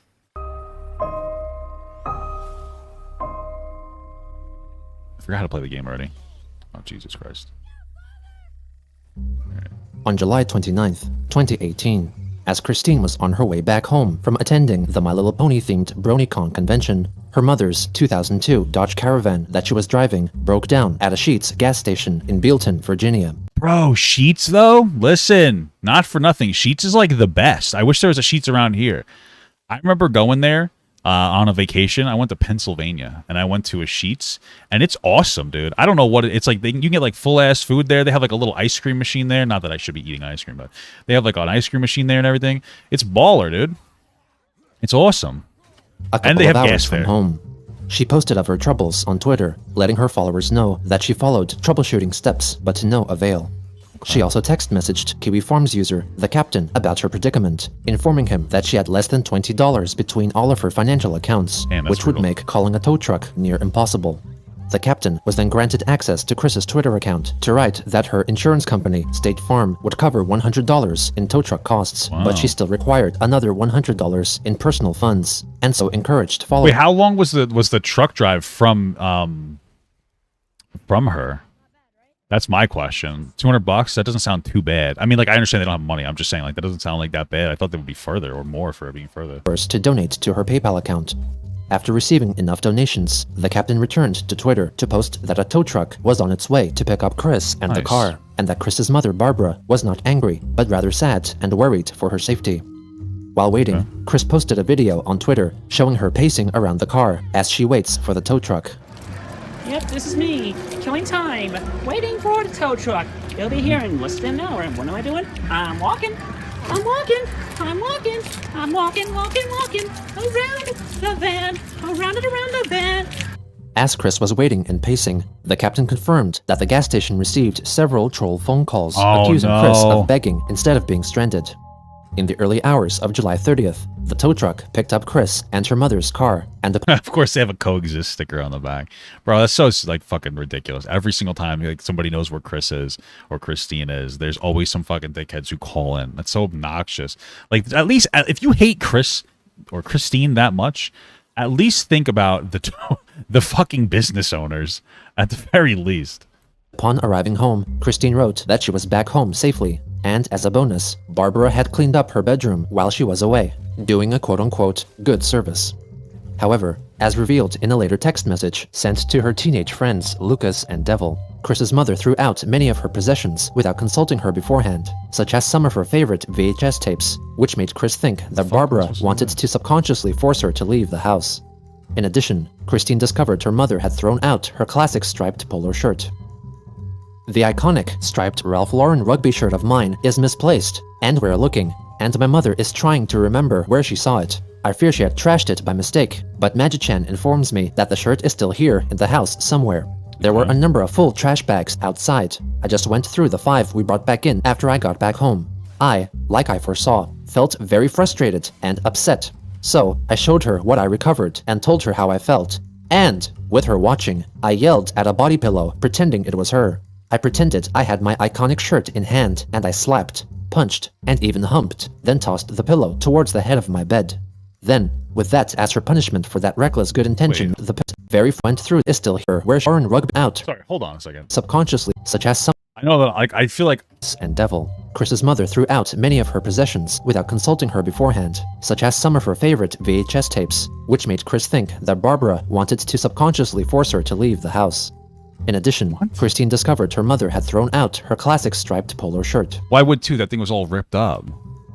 The iconic striped Ralph Lauren rugby shirt of mine is misplaced, and we're looking, and my mother is trying to remember where she saw it. I fear she had trashed it by mistake, but Magi-chan informs me that the shirt is still here in the house somewhere. There were a number of full trash bags. Magic-chan? How the fuck would the character know? Outside. I just went through the 5 we brought back in after I got back home. I, like I foresaw, felt very frustrated and upset. So I showed her what I recovered and told her how I felt. And, with her watching, I yelled at a body pillow, pretending it was her. I pretended I had my iconic shirt in hand, and I slapped, punched, and even humped, then tossed the pillow towards. What the fuck?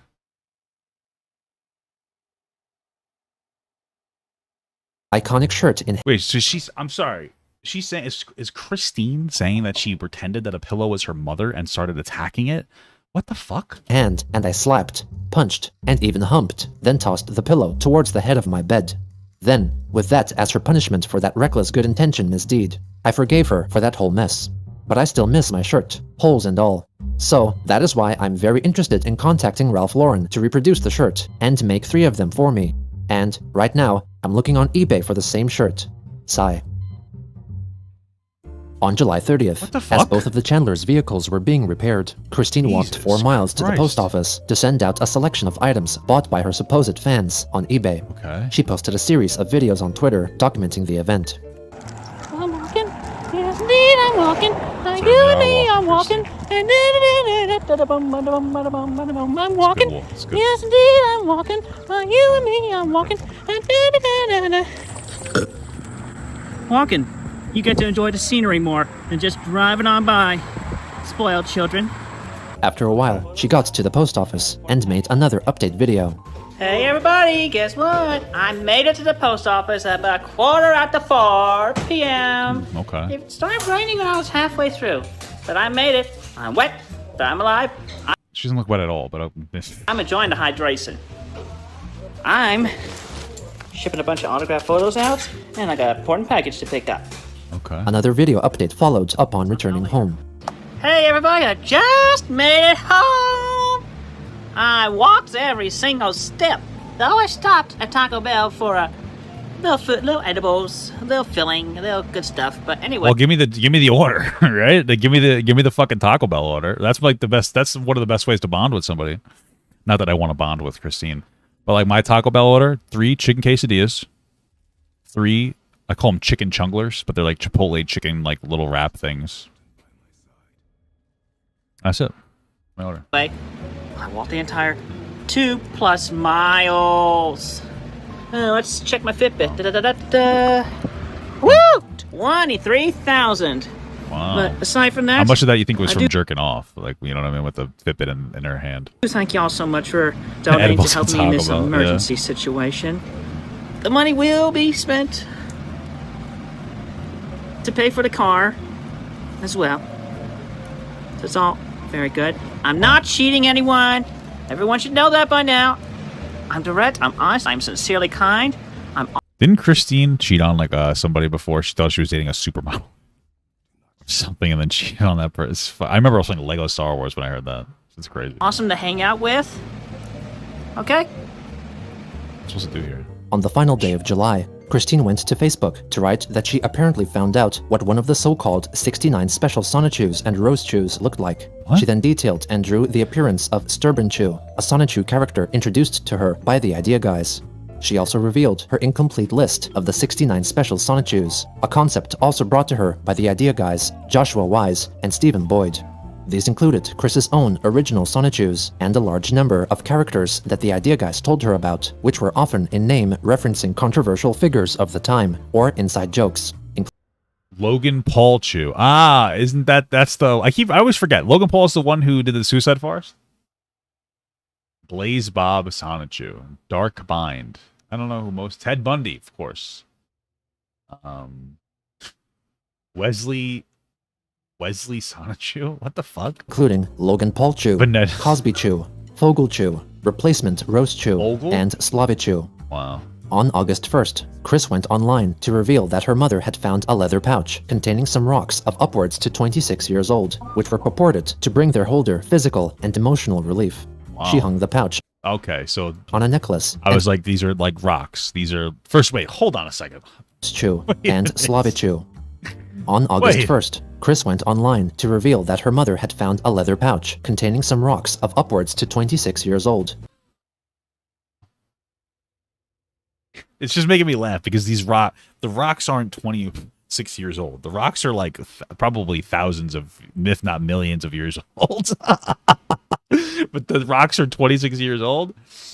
But yeah, I figured they were talking about what are these crystals, as we call them. I got some right here.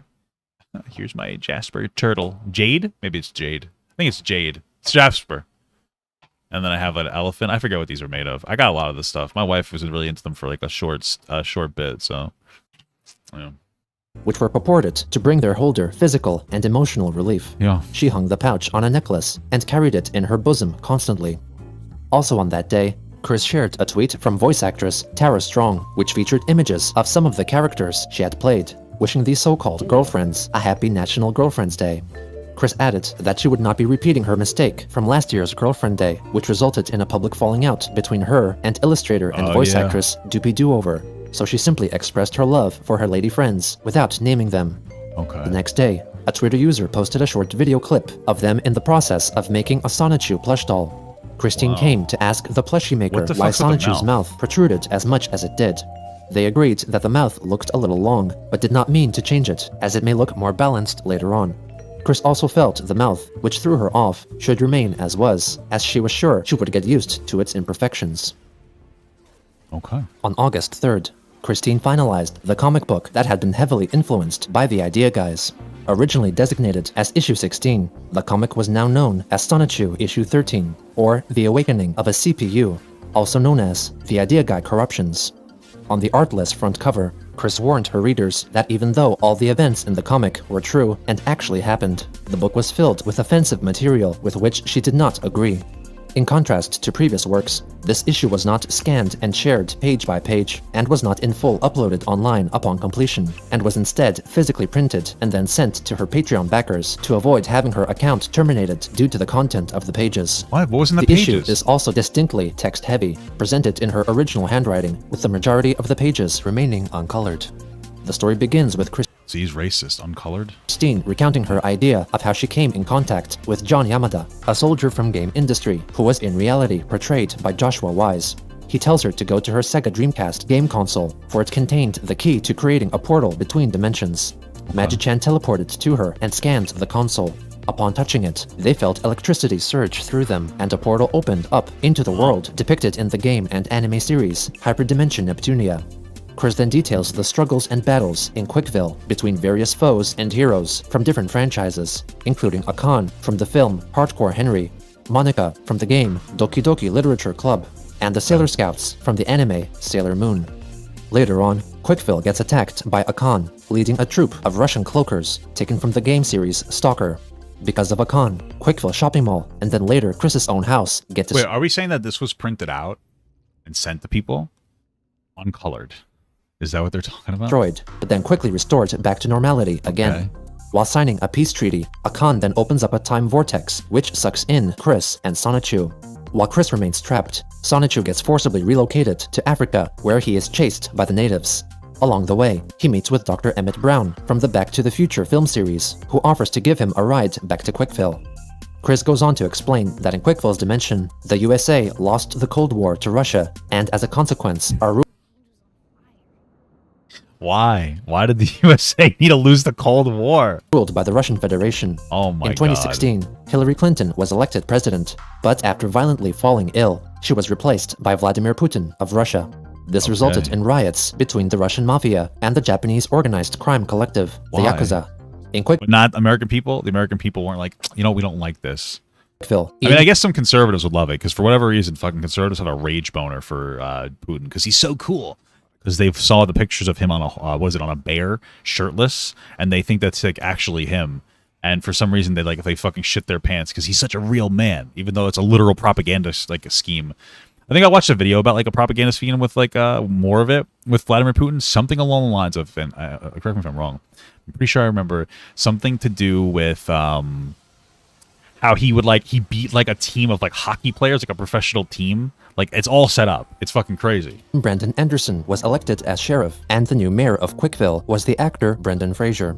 Chris reflected. Hey, good for Brendan Fraser. He was able to get a job back then.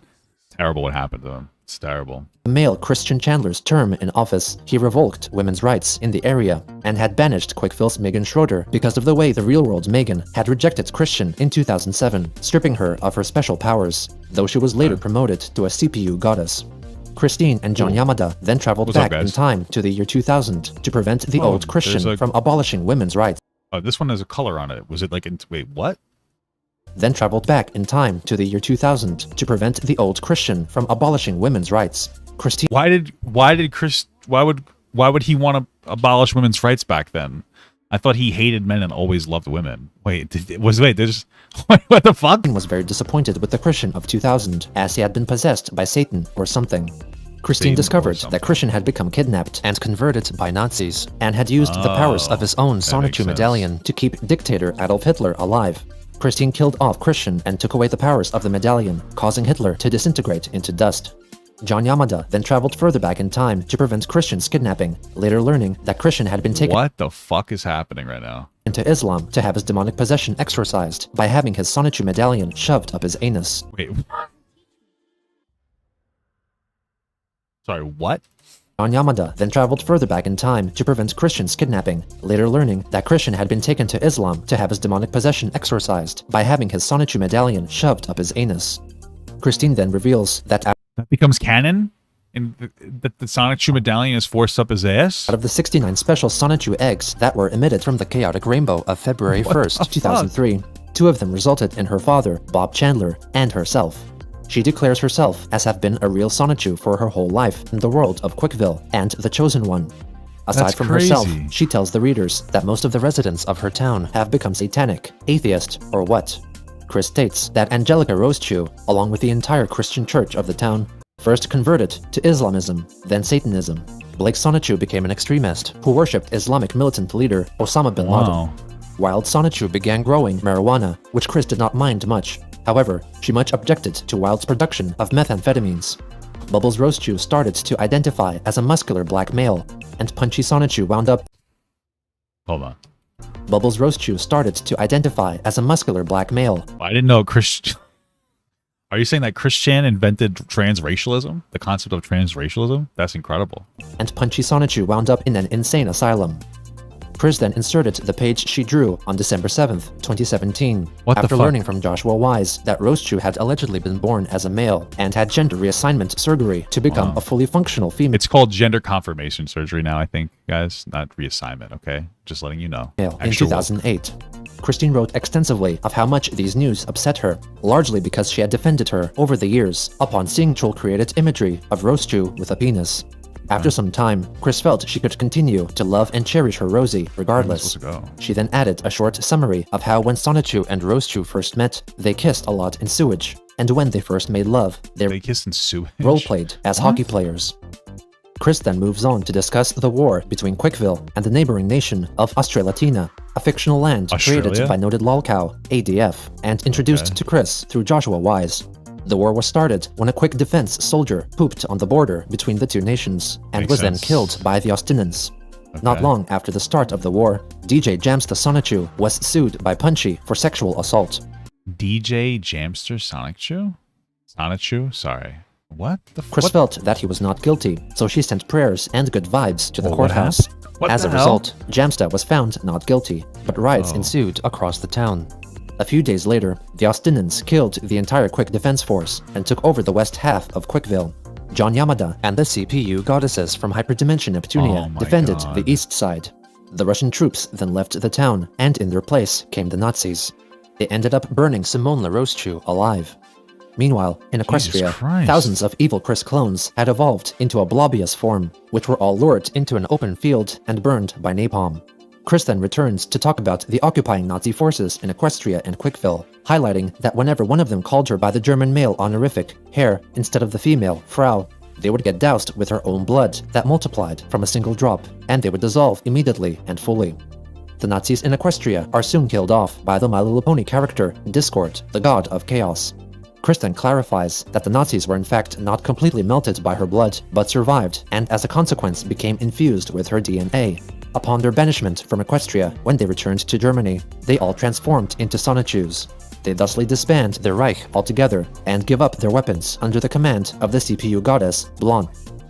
Next, in January 2018, John Yamada and Sonichu infiltrate a Nazi prison where Rosie Rosechu and Roberta had been raped and impregnated as part of a repopulation scheme. John and his crew destroy the facility, and he decapitates the warden. Sonichu zooms around, attacking Nazi troops, and slices them into pieces. Meanwhile, in the real world, Christine's father, Bob Chandler, appears alive and well in California. He is transported to the portal that would take him to Quickville. While there, he meets with 80s serial killer, Ted Bundy, who had become reborn as a Sonichu and was an ally of Quickville. Minutes later... Don't understand what's happening. How the fuck is this getting worse? Every sentence is getting worse. Ted Bundy, a fucking serial killer. He's the good guy now. Later, Bob Chandler and Ted Bundy travel through the portal and emerge in Quickville in their respective Sonichu forms. The Sonichus are very pleased to meet Bob, or as he is known now, Robert Chu, and express how much they have missed him. Chris illuminates that after they died, Ted and Bob did not go to heaven or hell, but transformed into Sonichus and traveled to the nation of Quickville, where they help defend it. The following day, Adolf Hitler, while giving a speech to his Nazi forces that were still occupying West Quickville, transforms into a Sonichu. The other Nazi soldiers also become Sonichus and Rosechews, and even male Rosechews and female Sonichus. Wait, Hitler's becoming a Sonic Chew now? That were still occupying West Quickville transforms into a Sonichu. The other Nazi soldiers also become Sonichus and Rosechews, and even male Rosechews and female Sonichus, as they had become infused with Christine's blood. The Nazis and their ideology soon dissolve. Soon after, the pregnant Rosie and Roberta gave birth to 3 male Rosies and 3 female Sonnies, respectively. The worlds of Quickville and Equestria then returned to normality. After 30 years of psychically defending the town and scanning for homosexuals, Magichan suffers a horrible mental breakdown, which causes a tear to form in the Earth's noosphere, causing violent storms, which Chris could not repair. Magichan for— Why the fuck is she scanning for homosexual? I thought he was out of this, like, anti-homosexual phase. What the fuck is happening? Further highlights that a big reason for why he was so mentally strained was that he spent so long during Chris's homophobic years scanning for homosexuals when he was gay himself, revealing his marriage to his Pokemon mentor, Mewtwo, and also— He was gay? Or wait, hold on. Did she call her? Okay. So Silvano we're talking about Christian being gay? I guess technically, since they're trans, they'd be gay. They like women? I don't know. He states that once the tear was repaired, he would also marry Christine. In March 2018, Christine faces the tear in the noosphere and summons a myriad of transformative superpowers, which turn her into her super angelic evolved form, and she is able to close the 5-mile-long tear in 4 minutes, including a brief rest in the middle. Afterwards, 4 minutes is a very specific amount of time, but okay. Chris writes a 5-page-long tirade in which Chris Chan Sonichu criticizes Magichan for his reckless actions caused by jealousy. In the end, Chris Chan forgives him and surprises him with a kiss, promising that she will marry him. On the next page, she confesses that she is a bisexual trans woman and was proud to have Magichan and Krizel Rosechu as her spouses. Christine then writes that Sonichu started a needless war against the CPUs, which Chris had to quell. In Quickville Shopping Center, Sonichu is shooting at unknown targets with a handgun when Christian Sonichu appears to stop him. She admits that she neglected Sonichu's and Rosechu's needs, and that many things around Quickville and herself had changed, and that she would have paid more care to the way Sonichu would react, considering that Sonichu was autistic as well. Chris goes on to confess that she had become bisexual and even had purchased an Xbox game console. Cool. She addresses Sonichu's concerns regarding the CPUs, saying that she was never brainwashed by them and simply listened to their information and advice. Christian then reveals that she is not as sex-crazed as she once was, and had begun to embrace more of her Sonichu side, for example, sleeping in a puddle of her own pee in her bed. She then What?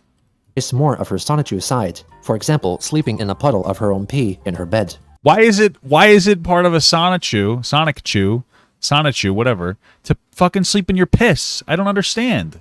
She then telepathically sends Sonichu a quick overview of her recent life events to better illustrate how much she had changed.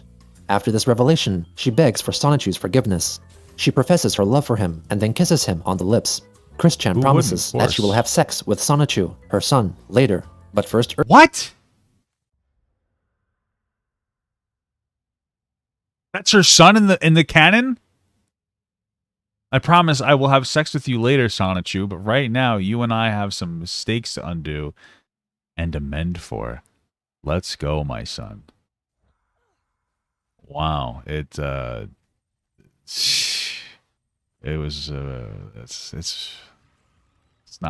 good. It's not very good. Oh my god. Okay. Urges that they undo some mistakes they had made. Sonichu expresses his appreciation for Chris, taking her share of the blame, but tells her that she made him too horny, and so demands that they have sex immediately, possibly infected by the past Christian's sexual desires. Christian angrily refuses, and they get into a spat. Chris envisages a future in which Sonichu restrains her by force and rapes her, so in order to stop that possibility from happening, she uses her powers to confuse him and make him drop to the concrete. She then sticks her hand inside Sonichu's rectum and forms a fist, causing him to ejaculate. Christian then lifts him up into the air with her hand still firmly in his rectum and yells that he should be punished. Sonichu is physically restrained by Chris, who tells the audience that he will be punished in more graphic ways, which will not be depicted in the comics. Chris goes on to explain that Paxton Fattel, an antagonist from the video game series Fear, falsely claimed to wage war on Quickville. Christian and Sonichu travel back in time to make sure he never visited Quickville, in turn ending up in a reality in which the Soviet Union never dissolved and ruled most of the world. They traveled further into the future to make sure that the USSR indeed did split up in 1991. They returned to the present day to a well-damaged Quickville, and Chris announces her plans to restore it to former glory. As an aside, she adds that the national anthem of Quickville is the song Think by Aretha Franklin. As an epilogue, Christine, while in her Christian Sonichu form, writes that John Yamada was a counterpart of the idea guy, Joshua Wise, who lives in the real world of Earth 1218. Chris admits that Wise royally messed with her in addition to the worlds of Quickville, Equestria, and the CPU goddesses themselves. Fortunately, with Magi-chan's guidance, she was able to stop Wise's destructive reign. Chris added that Wise and I want to acknowledge something. I'm playing God of War, and I knocked something off that has wings. I didn't kill it. I knocked him off a ledge, and it's dead now. It has wings, so I don't get that, but okay. His accomplice, Stephen Boyd, had extorted from her $6,000 worth of gift cards and toys, which she was confident she would get back from them. However, she boasted that she got the best of Wise and Boyd because their treachery only strengthened her psychic link with the other worlds. Finally, Chris wrote that she had connected with the CPU goddess of the Commodore 64 console, CPU Blueheart, and had the goddess's consciousness transferred into her by touching the console. So how does this get worse? So far, we went to Russia, won the Cold War, then Nazis took everything over, then Nazis were turned into Sonichus, then he wanted to fuck his mom. Somehow it's getting worse. Okay. Acquiring all her memories and knowledge. Chris thusly proclaims herself as CPU Blueheart of Kama and Quickville, in addition to being Christine Weston Chandler Sonichu. Upon completing the comic, Chris changed her name on her Twitter profile to Christian Sonichu/Blueheart, and her description read, I am Miss Christine Weston Chandler, Sonichu, creator/chronicler of Sonichu and Rosechu, and CPU goddess of the nations of Quickville, Kama, and the Commodore consoles. Also on August 3rd, Christine uploaded a near hour-long YouTube video in which she custom spray paints her new shoes to have the Sonichu colors of yellow and blue. You can't be fucking around with those Jordans, bro. You can't be fucking up those Jordans like that, dude. What are you doing? So there they are in here. Faded Glory. So that's the old shoes, and here we have the new shoes. Same thing, a DS Neo. Took out the shoelaces a little while ago, and we're going to get to work on coloring these from going from all the white to yellow and blue. Yeah, I am going to use a duct tape. So I'm pulling a good strip of it, kinda. So definitely bring out the popcorn, because you're watching it as it happens. We're painting the shoes. Okay. 2 months I've been a CPU goddess. It's almost 2 months. Wow. How are you doing? Hello. Hey, everybody, guest starters. Barbara Ann. There's Barbara Ann. Say hello. Oh, darn it. I didn't realize the song like Barbara Ann Take My Hand was about trying to get, I think it was the Beach Boys, away from her own son because she was going to be molested. Oh, boy. Horrible stuff. Everybody's seen that mark on your face. Tell them what happened. You know, I'm not going to see anybody that's going to say anything. Yeah. What happened? Mama tripped on the wet grass outside. Hit her face on the ground. Jeez. If I help pick her up and got her inside, got her ointment, emergency treatment. She's okay. Now, what was I doing? Oh, right. How much did they cost? The shoes? Yeah. Oh, they were about $50. 50? Yeah. I thought so. Yeah, they're really nice shoes. They look nice. Yeah, they're gonna be even nicer after I finish customizing. Probably not, but okay. I bought another roll of duct tape. I mean, I guess it really just doesn't matter what they do to the shoes, but it's not gonna make them nicer. Oh yeah, no. Oh yeah, I know what she did. Yeah, when you went, when you got the screws for the mirror. Yeah, she's making a vertical mirror. It's going to be horizontal for gonna be hanging it in my place here, my room here later after she gets it done. But she's been doing very well. She's very awesome. She's quite physically able and whatnot. She can. I'm very proud of my mom. I'm real proud of you too. Thank you. Okay. How about some celebratory kisses? Vein Huh? drives good with his new tires. Oh, excellent. I stopped bleeding, so I washed the dried blood off. Well, that's good. I'm really sorry you tripped. Jeez. It was the grass. Everything was so wet. Oh yeah. Oh yeah. My body is still in shock, so I'm not doing anything tonight. Well, that's okay. I'm just resting. Yeah, except you still went ahead and cooked dinner, didn't you? Yeah. I deviate from the norm. I am a CPU goddess Storm.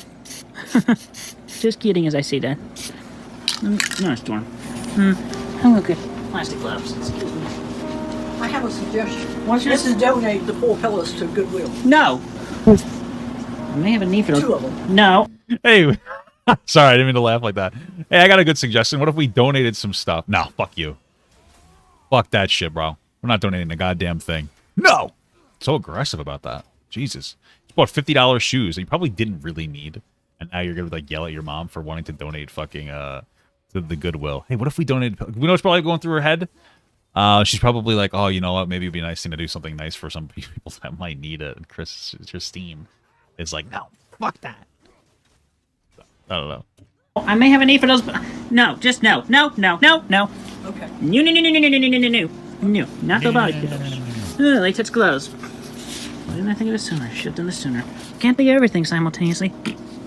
And there's a reason why I have some black paint. Okay. Carefully push this thing. Whatever. Easy spits. Not damn. Those other glasses didn't work for me. Dope. We're gonna have to get those adjusted for you. Don't they have like painting tape? It's like blue tape. It's like easier to get on and off, less damaging potentially to like the material you're putting it on, right? Yeah. Maybe. I need to get new glasses. Maybe September I can afford. You hear that, people? Send me a couple of $100 and I get my mother a new pair of glasses. Did you put the Civil War chart on eBay? No. And I have too many other things to worry about other than frickin' eBay. And don't I have so many responsibilities. What? You know more of my life, folks. Stay tuned for further details on the life of a CPU in training. Have fun. I got a blue ring on my finger. Got it on the carpet. Don't worry about the carpet. I've enjoyed my time with you. I think I'll go lay on my back. Let my back rest. Okay. Because it hurts. I hear you. I love you, dear. Love you, baby. See you later. Dear. Oh, I washed all your towels and one. Doesn't Christine, whatever, call like other girls dear as well? Like, isn't that a thing? Isn't that canon? Like on Twitter and shit like that? Oh, thank you. I'm gonna let you wash all seat. Oh no, put them there, please. Put them on the holding stack. And leave those. Those are just receipts from today, among which, and that's the shoe receipt you're looking at. Would you please put it back and get out of my way? You're in my way right now. Don't forget to shred. I'll shred them later. Thank you. Go on. Thank you. I love you. Love you. Good. There's fucking paint all over the carpet. What the fuck? Jesus Christ. What an asshole. Just do that Don't outside. interrupt. That's Don't fucking interrupt. horrible. That's stupid. Okay, so essentially the point is, we got both shoes. Mostly both shoes painted. Gonna wait for the paint to dry. It's gonna take about half an hour or so. And I'm pretty much gonna end this video right now. Alright, so anyway, that's it. I'm Christine Chandler. You've been watching this channel. You've been watching me color shoes. They do actually not. They do kind of look decent. I'm not gonna lie. They're not that bad looking. They really aren't. Thank you. Have a good day. Support this CPU. Blue heart, comma, quick fill. Yes. On August 5th, Christine responded to a YouTube video from attorney and YouTuber Rekieta Law, which featured QB Farm's administrator and guard dog, Null, as a guest, who discussed the extortion committed by the Idea Guys. Chris objected to Null's dismissive comments against her pastoral counselor, Rocky Shoemaker, and her friend, Anna McLaren, who said that they did nothing to help Christine. Chris wrote on Twitter that the two were simply unable to help with the police, and did not in fact refuse to assist authorities. Chris requested an apology from Null on the QB Farms. Null instead went to the farms to elaborate that Anna had been veritably harassing Chris for 2 days, pleading with her to cease all contact with the guard dogs, namely Null, Marvin, and the captain, the QB Farms members close to her who greatly helped her in seizing the Idea Guy's influence over her. The captain told forum users that Christine was messaging him to vent because Anna was giving her too much stress. Despite Anna's actions, Chris informed the captain that she wanted the guard dogs to remain in her life. On August 9th, Chris went to Twitter to ask if she always had freckles on her face, since she just noticed them herself. Okay. On August 13th, Christine was photographed. Why was that relevant? Alright.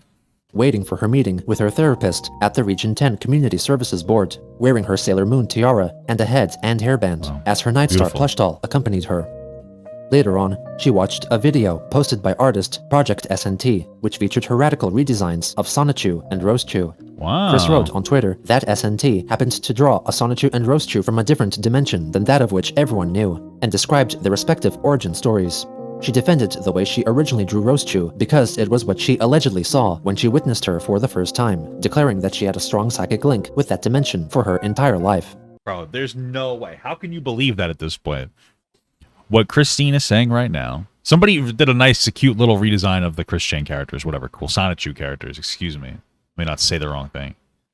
And Christine is like, no, they look like shit. That's what like whatever magical fucking being told me they're supposed to look like. Garbage. And that's why I made them that way. It's not for lack of ability to draw. It's just because like fucking basically some kind of god told me to draw them like absolute fucking abysmal dog shit. Chris then tagged Shannon McGuire, the writer who first told her about the existence of multiple Earths in the multiverse seen in the That's Marvel crazy, comic dude. books. Christine wrote that McGuire surely could relate to Chris's interdimensional psychic link, to which McGuire replied, "No, I really can't. Please don't drag me into this. When I was talking about a multiverse, I was talking about the imaginary multiverse as exists in Marvel Comics canon, not a real place you can really access." What? Chris, I thought that it was like Chalk Zone. We talked about this already. I thought all of this was just like Chalk Zone, and like it doesn't matter. It's all real, but somehow Marvel isn't real. I thought as long as you drew it, it became real. I don't understand. apologized for her previous assumptions, but still let her know that writers, such as herself, had the power to project themselves into other dimensions. Also on that day, she shared a diagram showcasing how she supposedly transformed between her various forms, namely Christian Sonichu, her pony form, CPU Blueheart, and Blueheart's Sonichu form. Later again, a Twitter user shared with her a fan illustration of Scarlet Blueheart in a voluptuous form, to which Chris responded by stating neither Scarlet nor herself were fat. Finally, on the 13th, she posted a video decrying she is kind of fat, just saying. The announced My Little Pony Generation 5 TV series, which would replace the current Generation 4 iteration and would drastically deviate in art style. Hey there, everybody. This is Christine Chandler coming to you live from home once again. People of Earth 1218, heed my warning!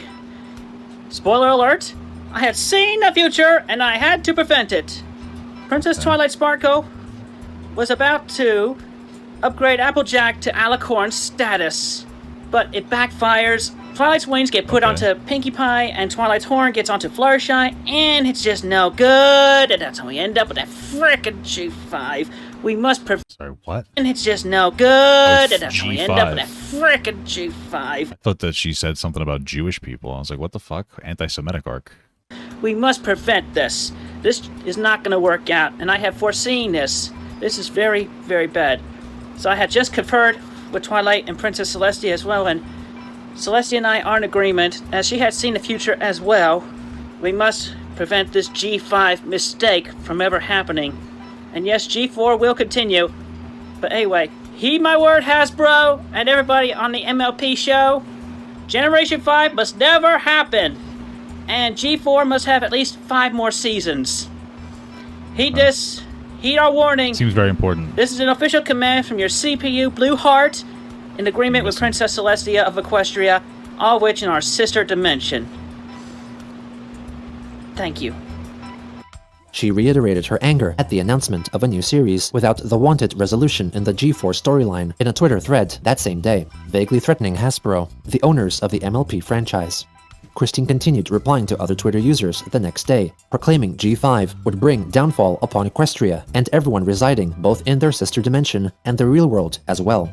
I mean, this is the exact same way I felt about every expansion of World of Warcraft. When I loved Burning Crusade so much, when Wrath came out, I was like, this is going to ruin the entire thing. But I was wrong, dude. I was wrong. A lot of these expansions were good, except for, like, Warlords of Draenor. It wasn't that good. I don't know what about that. On August 15th, Chris uploaded a brief video of herself yelling out of frustration, possibly as a result of the My Little Pony debacle. Over the next few days, she received several negative ratings from her buyers on eBay, complaining that the items they had purchased from her never arrived. Wow, that's not good. On August 17th, Chris listed a newly made Rose True cardboard standee for $150. By this date, her overall positive rating stood at 90.1%. That's not bad. This was followed by a video advertisement of her eBay products that was posted on her Facebook page. I'm going to mute the sound just in case it's the MCA. But wow, that's a beautiful... Now on eBay. Wow, incredible. Incredible. She further begged for people to buy her items on Twitter, as the Chandlers were nearly broke, and their cats and dogs needed food. The captain revealed on the QB Farms that she had asked him to advertise her eBay page to others, but he refused, upon learning that Chris had spent around $2,000 on My Little Pony merchandise at BronyCon. Also on the 17th, she posted another short video clip on Twitter, in which she recites a so-called earworm. Fucking typical millennial spending all their money on bullshit. What the fuck, though? Jesus Christ. Christine's never gonna learn, bro. I hate you so much. I hate everything about you. 3 days later, Chris uploaded a YouTube video starring her mother, Barbara, advertising some of Chris's eBay products, including a signed photo of Barbara herself. My name is Barbara Chandler. I am autographing pictures to be sold on eBay. Thank you for buying. We appreciate it. Bye-bye. Wait. We tell them to buy the other things as well, aside from that. It will help us to... Sorry. You know, Christine, you could just tell them to do that, right? buy food for the rest of the month. Thank you. And buy everything else from Christine Chandler on eBay. Thank you. Definitely the high-ticketed items as well. Jeez. Oh well. Did okay. Not long after posting the video, Chris halved the prices of her own autographed photos, resulting in them selling out within an hour. Nice. Christine had begun to embrace her infamy once more by increasing her merchandise output. However, like with the ideas she sought from her circle of friends and acquaintances, she focused on instant gratification with no foresight of her future outlook, dooming herself to an endless cycle of foregoing needs in favor of wants, ignoring mistakes of her past that she was bound to relive in the future. Wow. Okay. Of course. Well, of course, another excellent episode of Christian. I think that's it for me today. Quick question, though. Is there a way to raid people on YouTube? Is that a possibility? Is that a real thing, or is that not real? I'm not sure. Is there a way to do that?